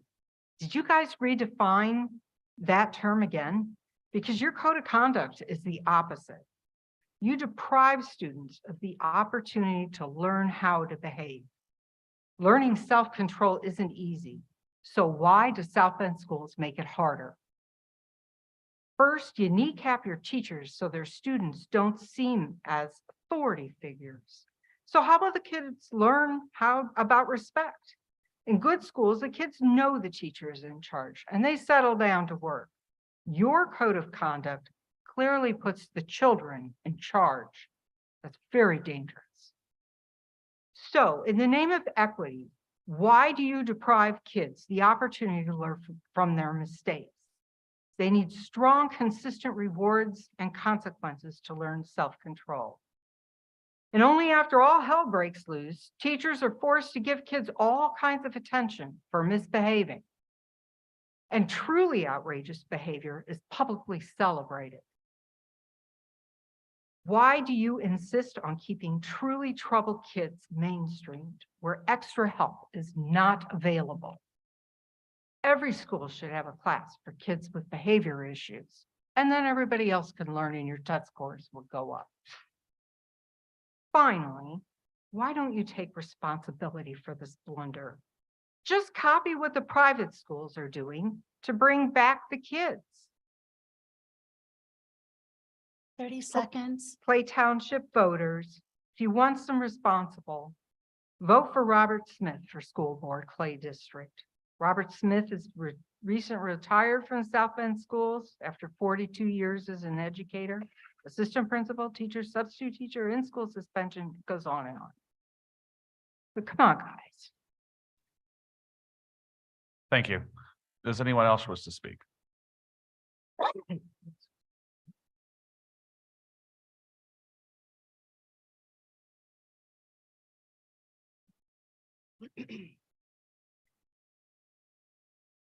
My name is John Pachesney and I live at 18420 Crown Hill Drive in South Bend. Last April, I stood at this podium and said to you, nothing was going to change until you curbed and got the student behavior under control. I invited each of you to shadow me for a few hours and see what a substitute teacher or a teacher in this corporation is exposed to. As expected, no one of you took me up on that offer. I stand before you tonight telling you that behaviors I have seen this far this school year are worse than last year's. Let's take a peek at this. 98 open positions, Lincoln, McKinley, Dickinson, Edison need your help. There are 100 vacancies, Dickinson, Edison, Clay High, and Washington High need help. 40 people working and 80 positions open. McKinley, Dickinson, Navarre, and Edison are top priorities. Jefferson, Jackson, Navarre, Dickinson, Edison need core help immediately. Some of these schools seem to be having daily problems. Any reason why? I included, many some do not want to, nor would they accept at some of these schools because of the behavior and the disrespect of students towards substitute teachers. So why all the absences and need? What role does student behavior play in it? Or is it teacher exhaustion from having to deal with it? You need to see for yourself, not by walking through the halls of a building, but being in the classroom with a teacher or a substitute over a period of time to see what happens. I could tell you stories about my experience this year in one building that are very alarming. Teachers have resigned because of behaviors and the lack of support from downtown and the board. Are you listening, seeing, and hearing what is going on in your schools? Parents are taking note, wanting students removed from disruptive classes or the school at all. In another matter, in 2020-21, the IDOE said South Bend had 16,297 students. Yet the budget you just passed was for 14,485 students. In 2 years, you have lost 1,812 students? Really? What systems are in place to track students leaving the corporation? How can you determine the problem of students leaving 30 when you don't seconds. even know what the data shows and why people are leaving and what can be done to stop the bleeding? It seems this corporation is not sure what to do to fix the bleeding of students and the poor performing students. Spending money will not solve our issues. You have one of the largest per capita per students in the state of Indiana. You are spending a lot of money, and what are the results? Losing students and out of control spending is only going to lead to disaster. And this is just one of many issues facing this board. Time. Thank you. Does anyone else wish to speak at this time?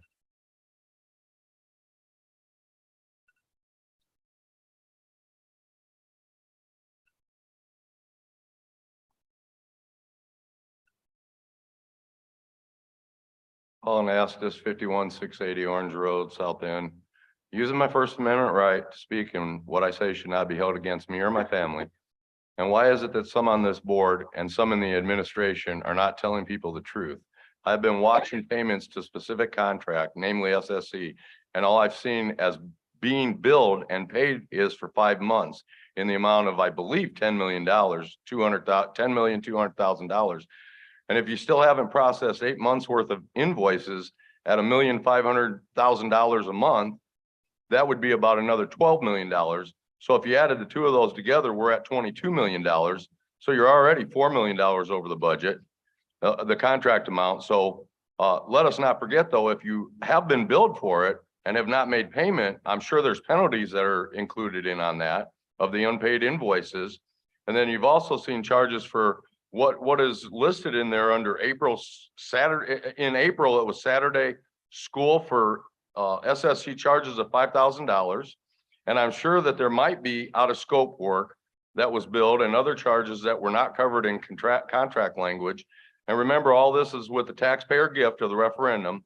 So I don't know, but maybe the CFO, the statement that they made that they were on track, they might be using a creative accounting rule. I don't know, because I don't understand that part of it. And Dr. Cummins, I've noticed a couple of times at board meetings that when a board member has asked Karima questions and they're trying to answer, you have sat up in your seat sternly a few times and you've actually waved her off. Like, don't give that board member any more information. Shame on you. That's not right. This is your governing board. You need to listen to these people up here first and foremost. And then with that being said, the respect part of it too. I don't know what you're doing up there with your cell phone, but it seems like I've been here for quite a few months and I keep seeing you grabbing your phone and like you're passing notes in grade school to some, I don't know. I mean, I understand that there might be personal issues, but I don't see anybody else up there doing that. I only see you doing this. So I don't know if you're communicating with somebody maybe or what. I have no clue. But maybe you should be respectful of the seat and the other people that are sitting up there. And then to Miss Wesley, I think that you should really think about what you 30 said. seconds. And that you said something about the other superintendents and the other boards are the ones that we had a problem with the financial mess of this corporation. But really and truthfully, when the management asked for help, you went to the full extreme instead of going with the closest extreme was to add those people back in again. Instead, you went to the full extreme. You could have only paid $300,000 and saved yourself $4 million a year. And in 5 years, you could have had $20 million. We don't even know where we're going to be in 10 years. Thank you. Does anyone else wish to speak at this time?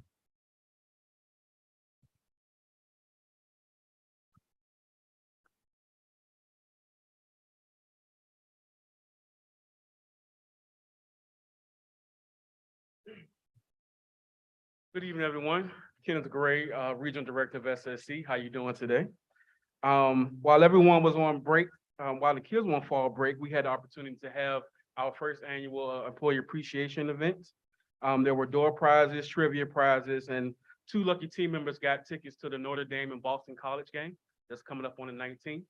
I also want to acknowledge Heather Hoover. She received our Account Gem of the Year award, where she also received a $250 bonus at the event as well. Our new HR director, I believe her first name is Carol. I do not have her last name. I do apologize. She starts on the 14th. And I look forward to seeing you guys over holiday break. Thank you. Thank you. Does anyone else wish to speak at this time?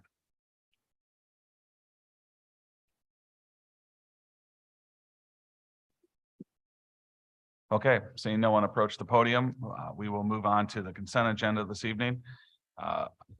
Items 8.01 through 8.07. It is recommended the Board of School Trustees approve the consent agenda, which includes approval of minutes under item 8.01, accepting any attached financial reports and statement under item 8.02, approving any attached consolidated registers of claims and distributions of payroll for payment under item 8.03, approving personnel decisions listed on any attached reports under item 8.04, adopting any attached resolutions under item 8.05, which are required to be adopted annually, which there are none this evening, accepting any gifts to the corporation and approving any fundraisers described in any attached reports under item 8.06, and approving or ratifying any contracts for $50,000 or less listed under item 8.07, which there are none this evening. Do we have a motion to approve the consent agenda? Second. Moved by Dr. Green, seconded by Dr. Warren. Question. Yes, question? Please pull 804. You want to pull 8.04? Yes, please. Okay. 01. 8.01. Got it. Okay. So we'll pull out 8.01 and 8.04, and then we will vote on the remaining items. Any other questions, comments? Okay, Ms. Owens, would you do the roll, please? Ms. Ball, Aye. Dr. Green, Aye. Ms. Jones, Aye. Ms. McCullough, Nay. Dr. Warren, Aye. Ms. Wesley, Aye. Mr. Anella. Aye. Okay, the consent agenda has been approved. So now we'll go back to 8.01. It is as recommended, the Board of School Trustees approve the minutes of October 5th, 2022 and October 17, 2022. Do we have a motion to approve 8.01? Second. Moved by Dr. Green, seconded by Dr. Warren. Any discussion on the minutes? Okay, hearing none, roll please. Ms. Ball, Aye. Dr. Green, Aye. Ms. Jones, Nay. Ms. McCullough, Nay. Dr. Warren, Aye. Ms. Wesley, Aye. Mr. Anella. Aye. Okay, the minutes have been approved. 8.04, it is recommended that the Board of School Trustees approve the attached personnel report. Do we have a motion to approve? So moved. Second. Moved by Dr. Green, seconded by Dr. Warren. Any discussion on the personnel report? Yes, please. Yes. Can you please pull out human capital and systems analysis? Can you pull that out, please? So I can vote separately.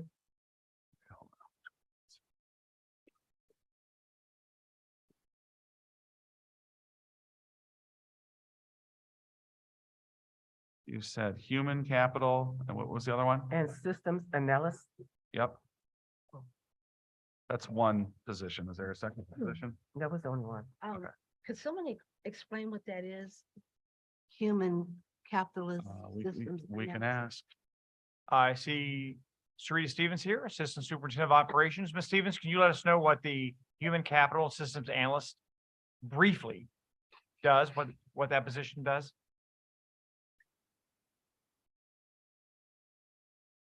So, you know what, I just wanted to explain that is, that's not from my department. Oh. So. It is, if I'm correct, it is a position in accountability, and it works collaboratively with human capital to do data analytics.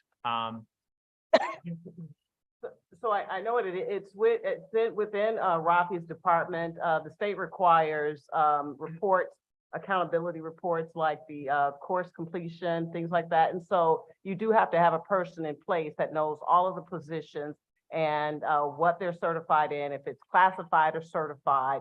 So it's reported on the necessary reports. It also allows you as a district to know, where your human capital is. And that is important because you have two types of employees. You have a certified employee and a classified, which is a non-served employee. And so this system allows us to keep that data intact. And it's also paid for out of the TSL grant. Yes. And managed through the, IT. Thank you. I pulled that, seems like it would have been brought to our attention and explained to us before it hit his personnel sheet. So, I wanted that pulled out. We can vote on that separately and vote on the personnel, list separately. Okay. Okay, so what we're doing is we're pulling out, that is on the new hire. Let's see. Ben, That's- I had a question on the termination, page 2. Sure. The equity, I think it's the equity director of building and grounds. Director of Buildings and Grounds. Yeah, oh, I'm sorry. Yeah, director of building grounds. I had another word there. Okay, so since that person resigned, do we have someone, we just hired this position to oversee the SSC on the corporation side. So who will be providing oversight since this person is no longer with us? I see Ms. Karina Fowler, Assistant Superintendent of Business and Finance approaching. I knew the answer, but we'll let Ms. Fowler handle it. Yes, I will be providing that oversight in the interim, as I have been with over SSC. So we will no longer have someone separate. Yes, we do need to have someone separate, but before Steve, remember, Steve was with SSE. So for the last, I don't know how many months, I've been providing oversight in the department on that myself. Okay. And then we got Steve. Yeah, I thought the board though voted for him to be, that he came back to the corporation to provide oversight over SSC. Correct, but he is now gone. He's left the corporation and taken another job for a new But opportunity. I'm sorry, Ms. Fowler, we will post that position, correct? Yes. Yeah. It's a posting. Thank you. Okay, thank you. So what we're gonna do is we're gonna pull out, we'll vote on the personnel report, but we're gonna pull out the human capital and systems analyst. So Ms. Owens, I'll ask you to do the roll on the personnel report without the human capital and systems analyst. Ms. Ball, Aye. Dr. Green, Aye. Ms. Jones, I'm gonna vote aye, but Mr. Nella, if I could request perhaps at the next meeting that we could have more explanation and in-depth as to what this is gonna entail. Well, when it's posted, yep, people can review it and ask questions Okay. before the meeting, yep. Ms. McCullough, Aye. Dr. Warren, Aye. Ms. Wesley, Aye. Mr. Nella. Aye. Okay, so now we are gonna vote for the personnel, the full personnel report. If you do the roll, please. Ms. Ball, Aye. Dr. Green, Aye. Ms. Jones, Aye. Ms. McCullough, Nay. Dr. Warren, Aye. Ms. Wesley, Aye. Mr. Nella. Aye. Okay, the personnel report has been approved. Now we're on to action items. Can I ask a question, please? Sure. Before we move on? So we just pulled out the systems analysis. So it's almost like it canceled out that vote. So that should have been to me presented separately. It was. No, we went back and said, let's vote on the. Well, under Robert's Rules of Orders, what you do is you pull it out, so then it allows the board members to vote with it not included. So the board member can still vote for the full personnel report, yay or nay, but then also have that item pulled out and vote on the personnel report with that item Okay, excluded. Just as long as it knows, you have it somewhere. So that there's I a have record posted of it. you voting against the personnel, the full personnel report with it included. So then you were able to vote on the personnel report with it excluded as well. All right, appreciate it. Thank you. Okay, so we're on to the action items. Item 9.01 is recommended the Board of School Trustees approve the Allaview 2022 to 2023 contract renewal. Do we have a motion to approve? Second. Moved by Dr. Green, seconded by Dr. Warren. Ms. Fowler, tell us about the Allaview renewal, Sure. please. Thank you. This is a contract we've had for the last 3 years while we continue to work on our back-end systems, which includes our finance system, time clocks, and some of the other applicant trackers. This system is a system that allows us to pull data out. This is just merely software. We have to have it because we have a really antiquated system. But it allows us to pull the data out and to stratify the data and filter it to get the items that we need for budget, for projections, building by building, to see what we're doing in real time as far as our spending. And that's what this is. I know someone said that there was nothing here. I think there is, if you go on board doc, I think maybe 18 pages or so. The last page is an exhibit, which gives the term. And so this was a full contract, but we bring it for renewal every year. So this is just a 1-year renewal, and it's 91,000. When we purchased this, it was 89,000. So it's gone up a little bit over a period of time, but under 1%. Thank you. Any questions, comments? Yes, Ms. Jones. So we've already used them for 3 years. Yes, ma'am.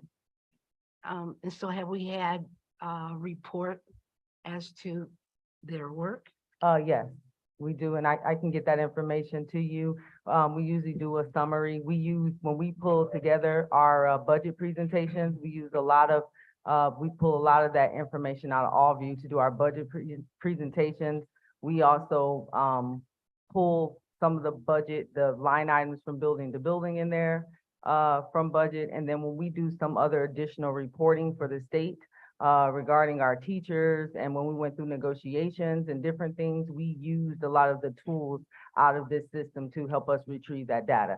So all this is software to help us drill down into the data because it's a lot of information. I know you've seen a lot of the big, sometimes you may ask for information from us and we'll send you a printout of all the big files. So it's just merely software that helps us to compile those files so that they're digestible for the general public.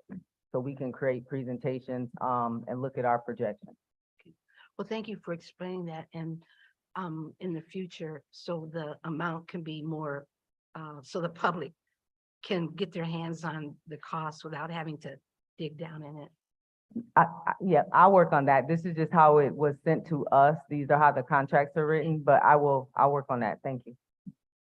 Thank you. Any other questions, comments? Yeah, one comment. Yes, Ms. It would have McCullough. been helpful to have the data on the success of this program before it came up for a vote. And $91,000 is an awful lot of money to pay for 1 year for services. That's my comment. Thank you. Anyone else? Can you elaborate a little bit more Yeah. on the limits of our system? Because, we discussed at some length, at least in the Strategic Operations Committee, the back-end systems that we now have. But it sounds as if some of the programs we were using are so antiquated that it's not possible to pull out the data we need. So it's not, I don't know that there's a metric for success other than it's necessary to get the data. Is there a time when we might not need it? We will not need it once we get the full implementation of a completed enterprise system. And that's the ERP system, and that's what we have been working on. Those overhauls are those are pretty lengthy processes, and we've been working in our teams really hard. We had a team that was just working only on that. We ran into a couple of snags, and we were regrouping in some areas and reevaluating some things, but this is a layover.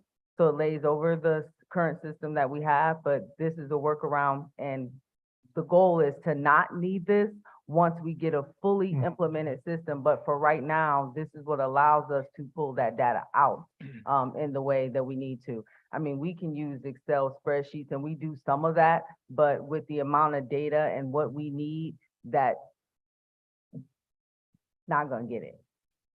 So is it oversimplifying it to say that we need a program to extract the information that exists in that antiquated system?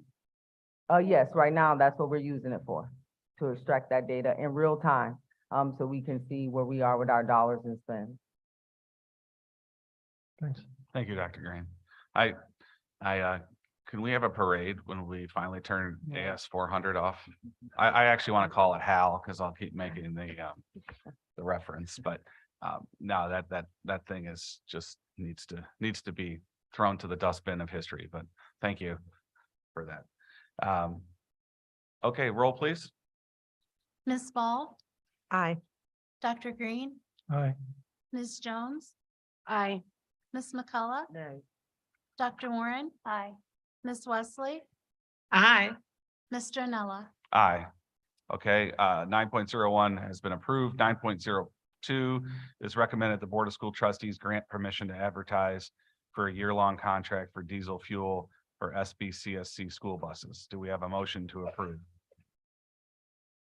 So moved. Seconded. Moved, actually, you were first, Dr. Warren, seconded by Dr. Green. Ms. Fowler, tell us, this is just an annual to ask for permission to lock in diesel prices?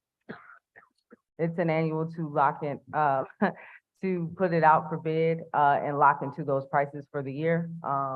We've had a great deal of savings by using this method. And we want to ensure that we get this done in a timely fashion. Do we ask for a certain amount of fuel? Do we know that ahead of time or? Do you know the exact number? So we have, 2 tanks that will hold 7,500 gallons at the, BMF. Okay. And just to, highlight a few things, our current contract right now is at $2.45 per gallon. The average market price is $3.68 per gallon, or market prices this year have fluctuated from $2.55 to $4.81. So we've saved a tremendous amount of money by locking in the price. Good, great. Any questions, comments? If I can just make a brief comment, I just want to say thank you, Mr. Ramon Johnson, you're joining, Ms. Fowler. Thank you for all your hard work in bidding these. I didn't want you to go unintroduced. Appreciate it. I hope those tanks are well guarded because those are valuable tanks when they're full. Yes, Ms. Jones. Just out of curiosity, do we supply diesel and fuel for contracted drivers, or do they buy their own? They buy their own. This is strictly for the buses. Thank you. Okay, roll please. Ms. Ball, Aye. Dr. Green, Aye. Ms. Jones, Aye. Ms. McCullough, Aye. Dr. Warren, Aye. Ms. Wesley, Aye. Mr. Anella. Aye. Okay, 9.02 has been approved. Now we're on to 9.03. It's recommended that the Board of School Trustees approve the courseware renewal contract for the 2022-23 school year. Do we have a motion to approve? Second. Moved by Dr. Green, seconded by Dr. Warren, and they left you alone, Mr. White. So I'm Yes. assuming you're going to tell us about the courseware renewal.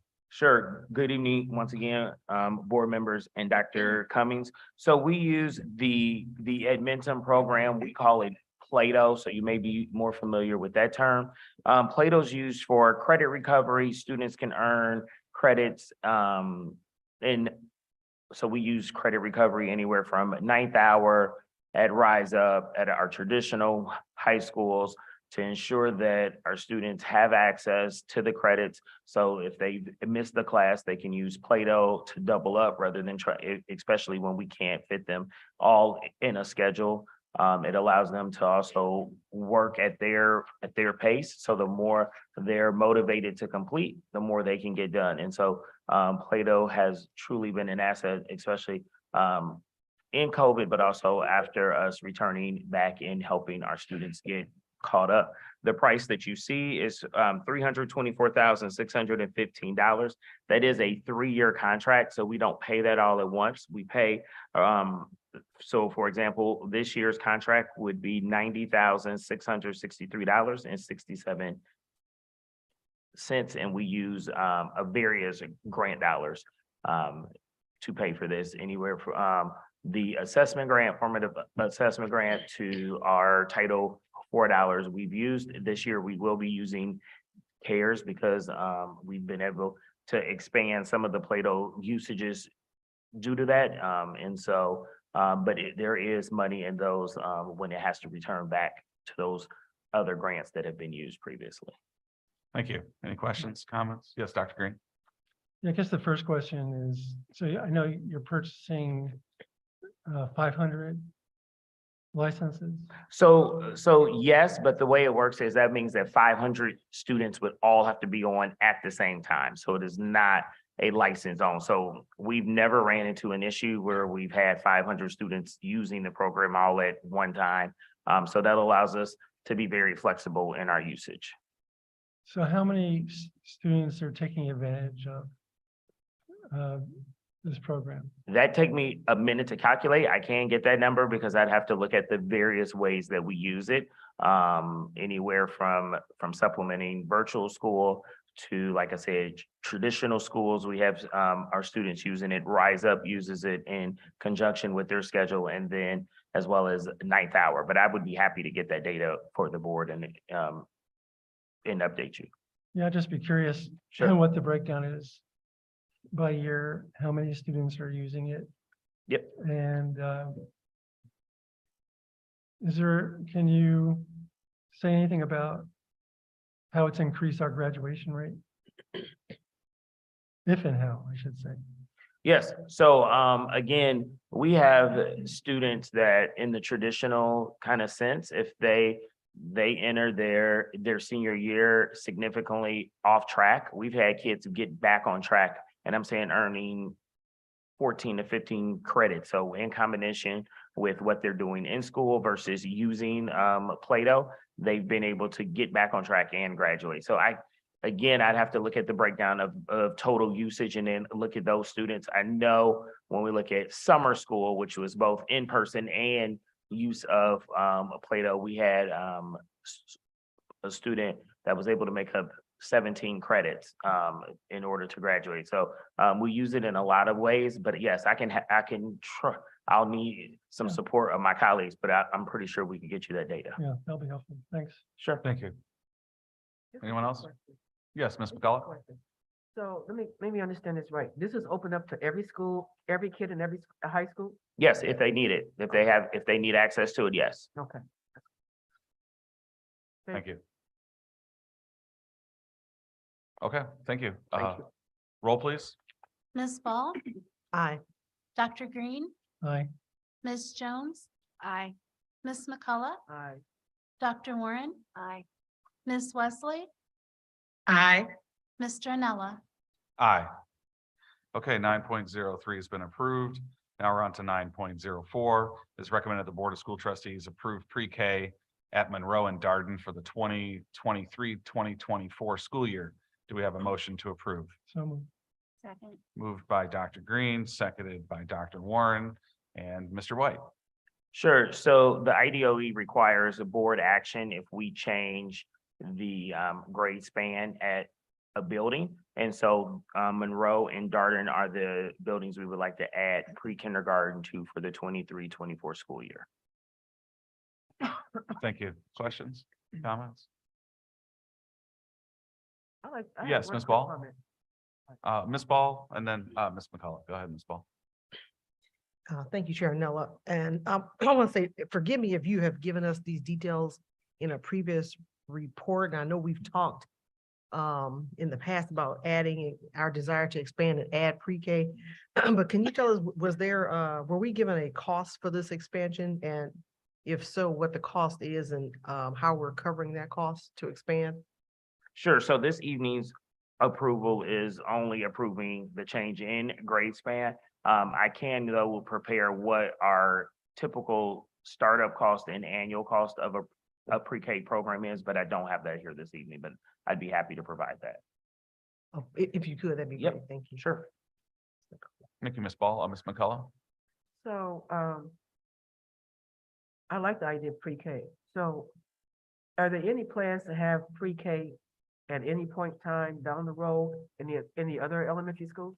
Yes, so we've really been identifying currently, we've been adding pre-Ks based on the space and the readiness of the building.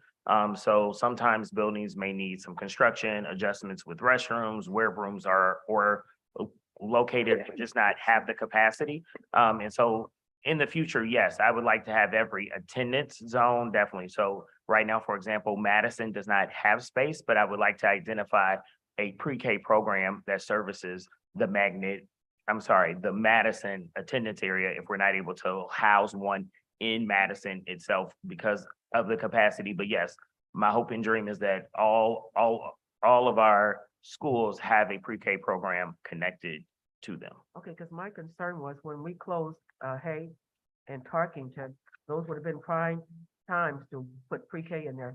So I'm concerned about those areas. We don't want to lose any kids. And so I'm just wondering if we can at some point get pre-K in those schools, those elementary schools in those areas. Yep, we're definitely working. The reason why we only do 2 to 3 is because the licensure work that it takes to bring one, we have to go through the whole process with each program. And so just from a capacity point, that's why we're only doing 2 to 3. But yes, we continue to progress to make sure that all elementary buildings have a pre-K program. Thank you. Yep. Thank you. Anyone else?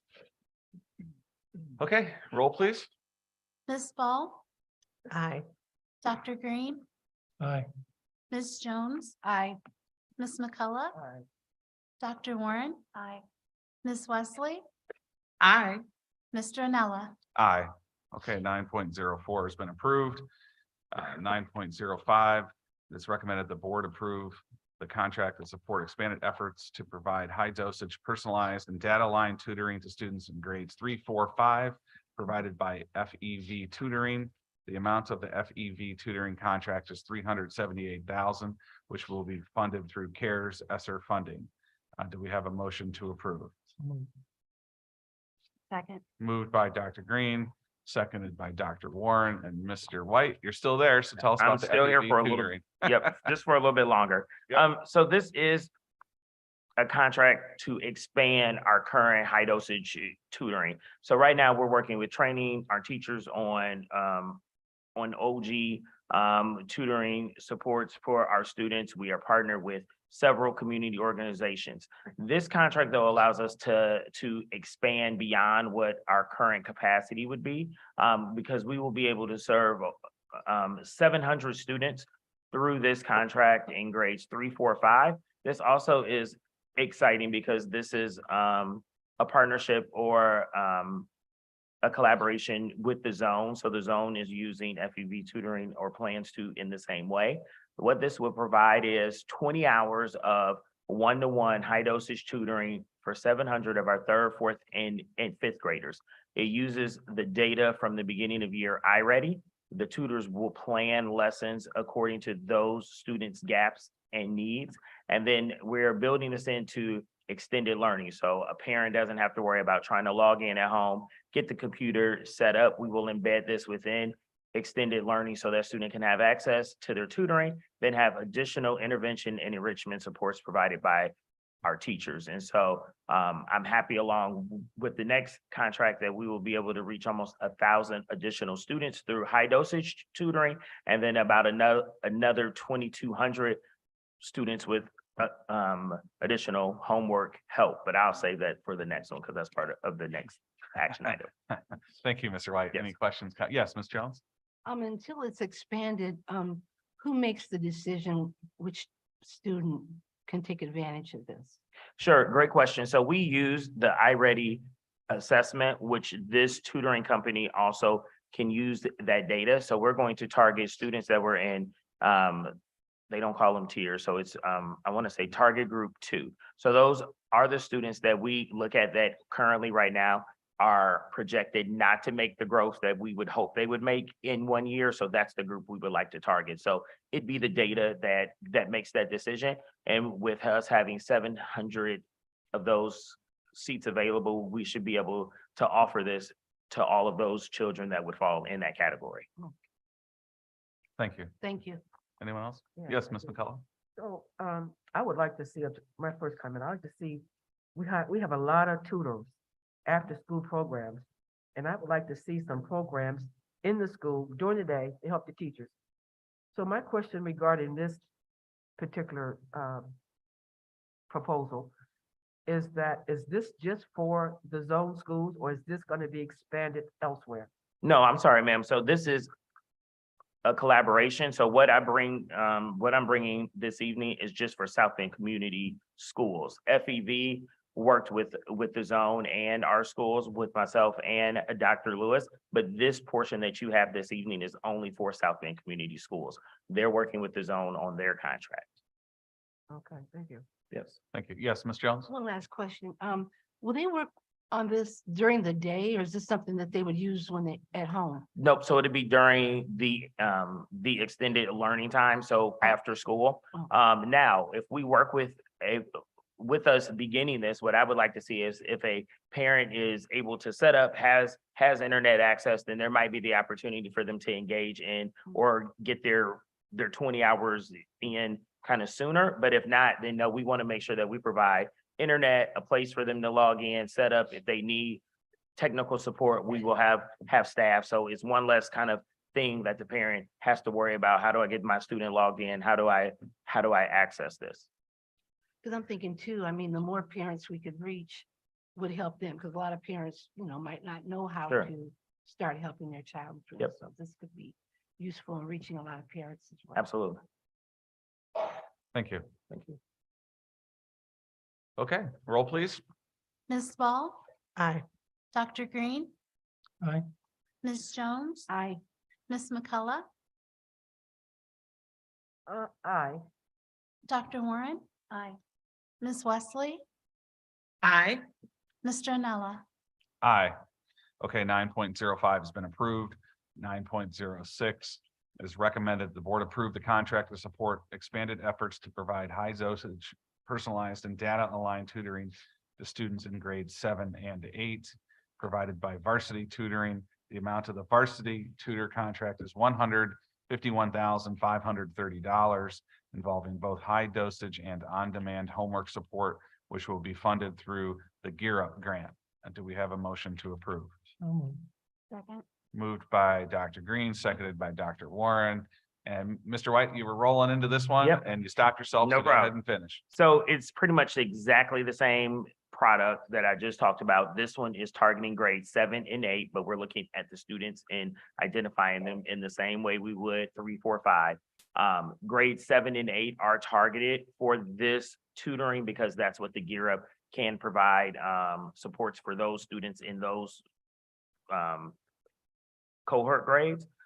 This also has additional homework help. So Ms. Jones was asking me earlier, this would be an opportunity where a parent will be able to log on at home, have access to someone, help them with their child's homework in that moment.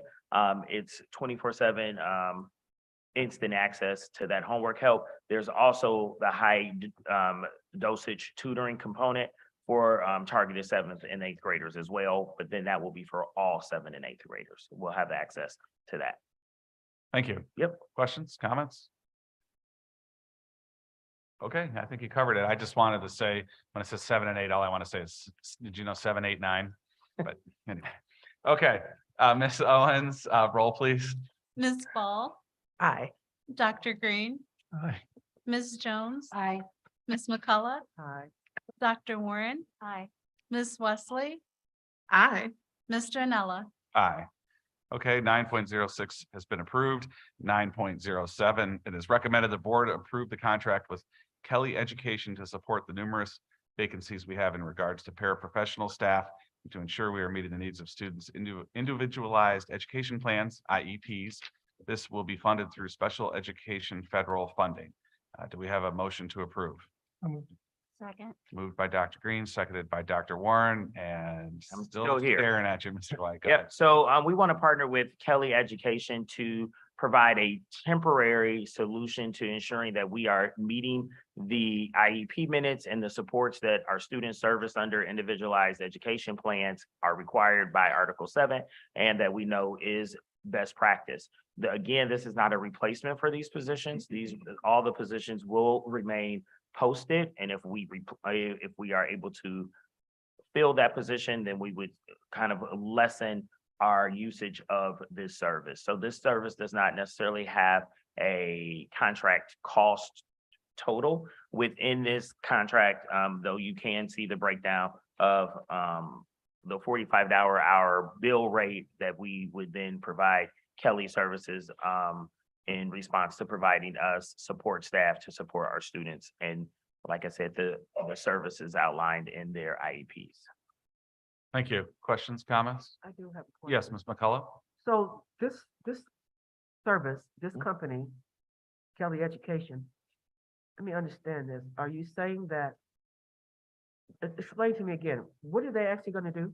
Sure, so they call them tutors, so that's what the language reads in the contract, but we will be using them to fill the role of the paraprofessional in some of our, especially like CrossCat or CoTalk classrooms, where we have a lot of vacancies in parent professionals currently. We want to make sure that we're meeting the minutes and the services outlined in the IEP. So they will be providing individuals to come in and temporarily fill those positions until we can actually hire our own staff. So all these positions remain posted. We are still actively trying to hire for them, but right now we don't want the year to continue with us not having any individuals in those chairs or supporting our students. And so that's why we're looking at this partnership. So this company is going to hire paraprofessionals for us.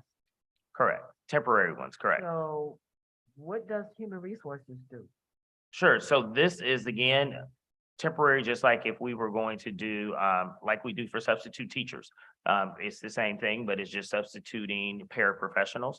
Also, they can have individuals that may work for us in another district. So some individuals would have rather have a position through this agency than working Monday through Fridays. So HR is still actively working with us to recruit and hire individuals for these positions to fill them permanently. But right now, as we know, there are staffing shortages across the country. This is our temporary kind of fix as we continue to hire our own staff. It just sounds like it's double duty. We have HR that can do the same thing, so I don't know why we need this company. That's just my comment. Thank you. Thank you. Anyone else? Yes, Ms. Ball? Thank you, Chair Nella. My only question was, I know we also use EduStaff for some of our filling some of our, I think, temporary positions or vacant positions. So this Kelly Education is just an additional placement firm, but do they specialize particularly in paraprofessional for special education? Or I mean, is this like their particular bailiwick or something? Sure. So they came to us, or I should say, we came to them to first look at tutoring options when we were looking at various those. And in talking with them, we felt that this was a better kind of fit for the role that they had or that they were providing during the school day versus like extended learning. And so we identify where our gaps were, and right now it is in that paraprofessional staffing. So this was kind of something that we saw the tool that they were, showing us and providing, and found an area where we thought it would best meet our needs. Thank you. Thank you. Yes, Ms. McCullough. It just seems like, I have to keep saying this, it just seems like we have a whole human resources department. And we're gonna hire Kelly Education, $45 an hour to do something that I think the human resources department can do. It makes no sense to me. It makes absolutely no sense. It's almost like we're paying people to do the same job the human resources can do. So those are dollars that we could be using someplace else. Thank you. Anyone else? Okay, roll please.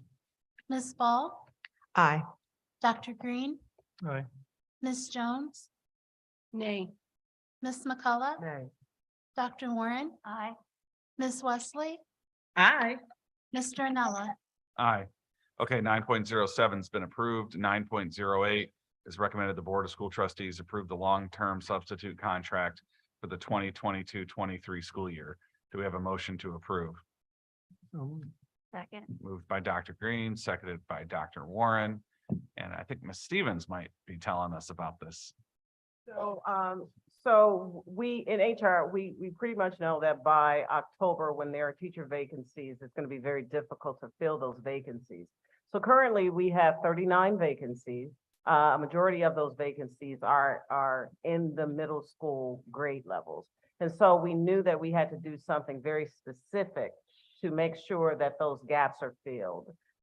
We approached Rachel Waxy and Association, who had previously proposed a solution, but we wanted to wait to make sure that we work with our current agency, and we also continue to recruit.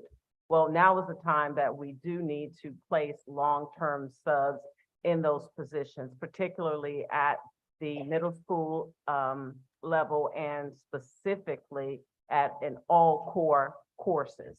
And so it was proposed to us to work with Rachel Waxy to fill the 21 vacancies that are specifically core instruction and our middle school. Although we have a total of 39 and we will accept long-term assignments in other areas. And so they would be working with us to fulfill that. Thank you. Questions, comments? Yes, Ms. Jones? So this is a contract to hire someone who's going to hire the substitutes. It's not a contract for the substitutes. So no, so our substitute, our substitute functionality is contracted out. And so an outside agency handles that. EduStaff is the main one that we work with for the day-to-day fulfillment. But what we have to be very specific about is that South Bend has specific needs. And so an agency that functions in the capacity to serve several school districts may not be able to provide that need, which is why we went to this agency, because we were able to outline exactly what we need and when we need it, and the duration for when we need it, which would be from now until the end of the school year. Now, when you place a long-term assignment and we are fortunate enough to get a candidate, you can still move them to another vacancy. And so because we still have, we have vacancies all over the district and we have intermittent absences, once we get those long-term, those vacancies filled, we can manage the intermittent absences better with the fill rate. How much is this again? Is there a price somewhere? Yes, so on, oh gosh, I can't remember what page it is. So what it would end up costing from now until the end of the school year is approximately $34,000 for each employee. And that would include the daily rate. So the other thing about a long-term assignment is a long-term assignment, you don't have to pay benefits. You wouldn't have to pay the benefits for them. So the contract, if we filled all 39, it would be, the $34,000 times 39, which would still be a cost savings to us. Wow, that's big. Okay. Thank you. This is a side note. Hmm? So they're not part of any bargaining agreement. They wouldn't be, but it is an opportunity for us to be able to, Brandon pulled the contract up for me. It is an opportunity for us to recruit them and prepare them. HR is working with curriculum and instruction. So we're working with Brandon's team to make sure that they have the foundation that they need to be able to manage a classroom, to be able to project a lesson plan. So they'll have access to onboarding training, and then they'll have continuous support because they will be assigned a mentor, even though they are long-term assignment subs. So implicit in what you just, I think, suggested is that these are folks we could hire permanently. Right. We would be able to hire them permanently based on their evaluation or, what we see in terms of potential. Are these folks certified, or we think they're mostly going to be on emergency permit? They are not certified. So although we don't have to give them an emergency permit, we would if they have a degree. Then they are eligible to get an EP, which is, an emergency permit through the IDOE. Yeah, I'm supportive of the idea because we have middle school, classrooms that don't have teachers in English and math. We know that's true of all of Indiana. I think all of us up here are concerned, not with all of Indiana, but making sure our classrooms have good teachers and the onboarding can help. It is an excellent way to get degree people in the education path. Yeah, that's where I was going. Oh, okay. So But it would be an excellent path, to get them. Yeah, I think the EP is one way to get there. And, I think as long as, the EPs are willing to, the teachers, I should say, on an emergency permit, take advantage of. So they would be required, Mr. White, to attend trainings for new teachers in math, which is a new curriculum altogether, and even English. I know you were busy writing something. Nope, I was writing myself a note about I something didn't she want to catch mentioned. you off guard. Okay. No, yes, absolutely. So we've already, even though we have our teachers providing classroom coverage, sometimes we may have an ELA, an English teacher in a math room. So the math and even literacy specialists have been, and the coordinators are writing lessons. They're subbing to support classrooms. So those are things that we would like to see continue. We have built a lot of modules of instruction already for our teachers to use if they like. It's not required. So we have lots of support, but we will also be working with human resources if this is approved for this cohort of individuals to really get, now that we know that they're long-term and they'll be there for a year or the rest of the year, we can provide them content-specific professional learning and to support them so they can be as successful as they can be and hopefully fall in love with the profession. Is there any way to, again, I'm supportive of this. This is the short-term fix. It is. And I'm still thinking about the grant with IUSB, and that's still going. And is there any other sort of pipeline we should be looking at? I know the available pool of teachers is pretty limited. So Yeah. what we are also trying to do is we're courting colleges early. We hosted Manchester College this morning, and we had about 15 students that we were able to show around Washington High School, and it went very well because they also participated in a circle with our high school students that are in the teacher pathway. So we're reaching, forward, we're reaching backwards to retirees, we're reaching everywhere that we can to make sure that we stabilize, our vacancies for the rest of the year. Thanks. I know you're covering all the bases you can, but I also I want others to hear that, Thank you. as well. Thank you. Thank you, Dr. Green. Oh, yes, Ms. Ball. Thank you, Chair Nella. Thank you for bringing us this additional resource in order to help to drive more staff and the support that we need in the classroom. So thank you for that. My question with this particular program was, how did you identify this particular vendor? Did we put out some kind of RFP, or how did we come to land on this Rachel Wexie versus maybe some other providers? So we did also, we interviewed and took a proposal from Kelly Services as well. But the Rachel Waxy proposal was just better. And it's South Bend specific in terms of we specifically need 20 subs, 21 to be exact, for all of the core. And so they were willing to like do a tailor fit for us, as opposed to other agencies. What will happen is they feel whatever they can because they're servicing other districts as well. And so there's a limitation on the actual number of long-term people they can give us for a very specific reason. And that's how we landed on Rachel Waxy and Associates, because I mean, they were willing for us to write the narrative on what we needed. Thank you. Thank you, Ms. Ball. Yes, Ms. McCullough. Yes, when I see the word outsourcing, that just really disturbs me. And so my question is, when we outsource this sub or paraprofessional, and we allowed another company to hire our folks to come into our schools, is this shutting out people that can normally get a job? Say, for instance, if the other companies that hire subs for us, like the Ed, and they hire people for us to come in to do our subs and paraprofessionals.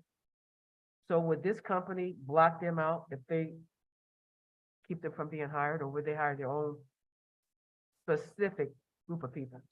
So the companies that we work with for human resources, we do have a clause where if they want to join us, in some cases there's a minimal buyout. With EduStaff, there's no buyout. With Waxy, there's a $500 buyout. With the services that give us classified people, once they've worked 520 hours, there's zero cost to the buyout. So what a lot of agencies, both government and business agencies are doing is going through the temp agencies because for some reason, people that are looking for work, it's just like it's like a clearinghouse for them. We often ask people, why didn't you just apply directly through? But they were referred to the temp agency, and the temp agent by someone else, and the temp agency got them a job. And that's how they got exposed to us. So that's a human resource phenomenon right now that we are trying to get the most of in this particular situation. We need to get the most of it because we know we have to fill these gaps. Okay, so that's happening everywhere, I guess is what I'm trying to say. We Mr. just Keller. do too much outsourcing, and this word outsourcing in this contract really disturbs me.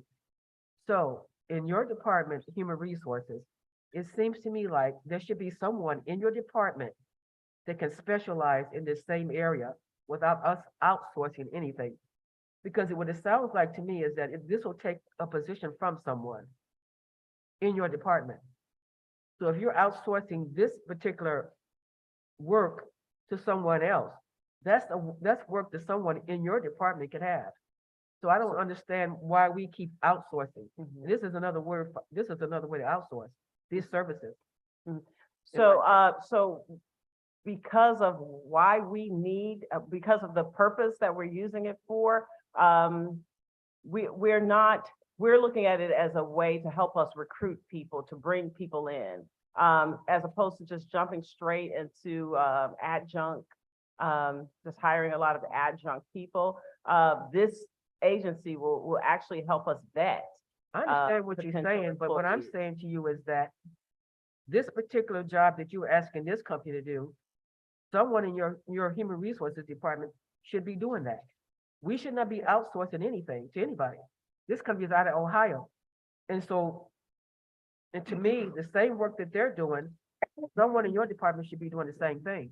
So you should be specializing someone in your department to do the same kind of research that they're going to be doing, that they're going to be looking for. They don't know what people here. They don't know our kids. And so these folks are from Ohio, so they're going to be hiring people who have no idea who our kids are, families are, when we have people right downtown in your department that knows our families and our kids. And so, like I said, those are jobs that can be geared in your department without outsourcing. We outsource too much. And we spend dollars on areas that we shouldn't be spending dollars on, when someone in your department can be doing the same thing. That's my comment. Mr. Anella, Thank you. Yes. could we vote? Ms. Jones, you had a final. Yeah, you said it's 34,000, and if we hire 34 times 39, where's the funding come from? Is this coming from a grant or something? It would be the education fund. Oh, the education Yeah, the fund. regular, the instruction fund. Oh, okay. Thank you, Ms. Jones. Thank you, Ms. Stevens. Okay, roll please, Ms. Holmes.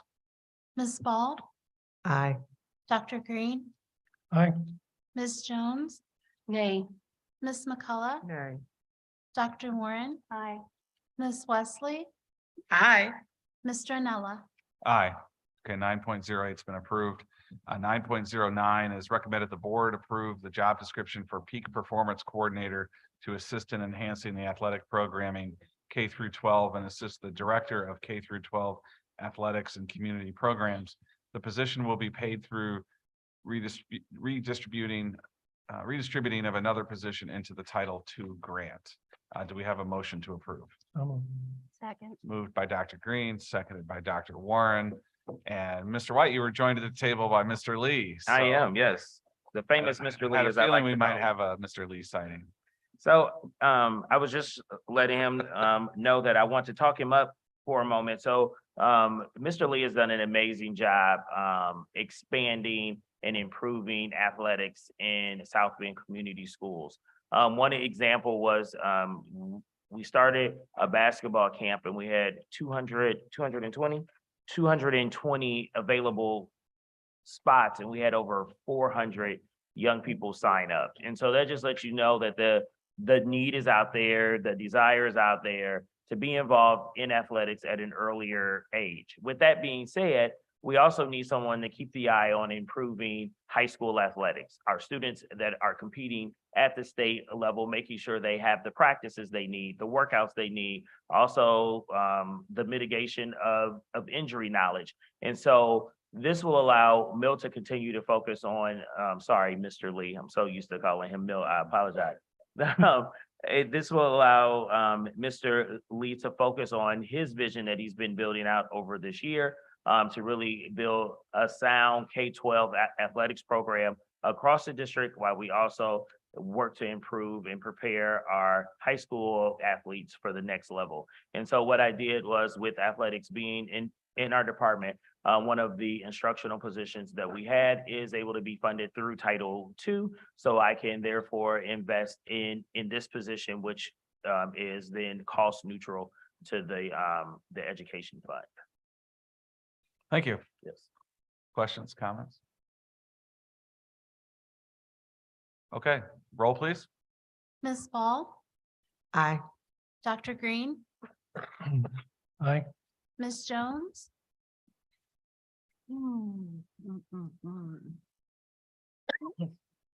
Aye. Ms. McCullough, Aye. Dr. Warren, Aye. Ms. Wesley, Aye. Mr. Anella. Aye. Okay, 9.09 has been approved. Thank you. That concludes our action items this evening. We have no items from closed session. So that brings us to board communications. The board has the opportunity to speak at this time. Does anyone wish to speak at this time? I do. Yes, Ms. McCullough. Yes, I do. I have a couple things to say. Our teachers come to this podium and talk to us about things that are happening to them in their classrooms. We need to take that and listen to our teachers and do what we can to help them in those classrooms. They've come to this podium too many times to talk to us. Additionally, I've asked verbally and I've asked written, who are our partners? Can I have a list of who our partners are? Are we grant holders for any of these partners? I have not received that information yet. I've also have asked our zone schools. When are we going to bring our zone schools back into the South Bend Community School Corporation? Those schools are sitting on the west end of town like they're separated from this corporation. There is no reason why they should be sitting in a zone. We need to take that title off and bring our kids back into this corporation. Thank you. Thank you, Ms. McCullough. Anyone else?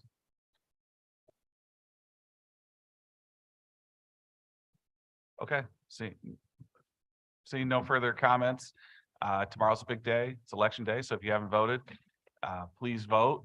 And also it's exciting because at 6:02 a.m. tomorrow morning will be a full moon and a blood moon. So it will be a lunar eclipse. So hopefully the skies will be clear so you can check out the lunar eclipse and then go vote. So that concludes our meeting this evening. We have no more items left. So the meeting is concluded and we will see you in a couple of weeks.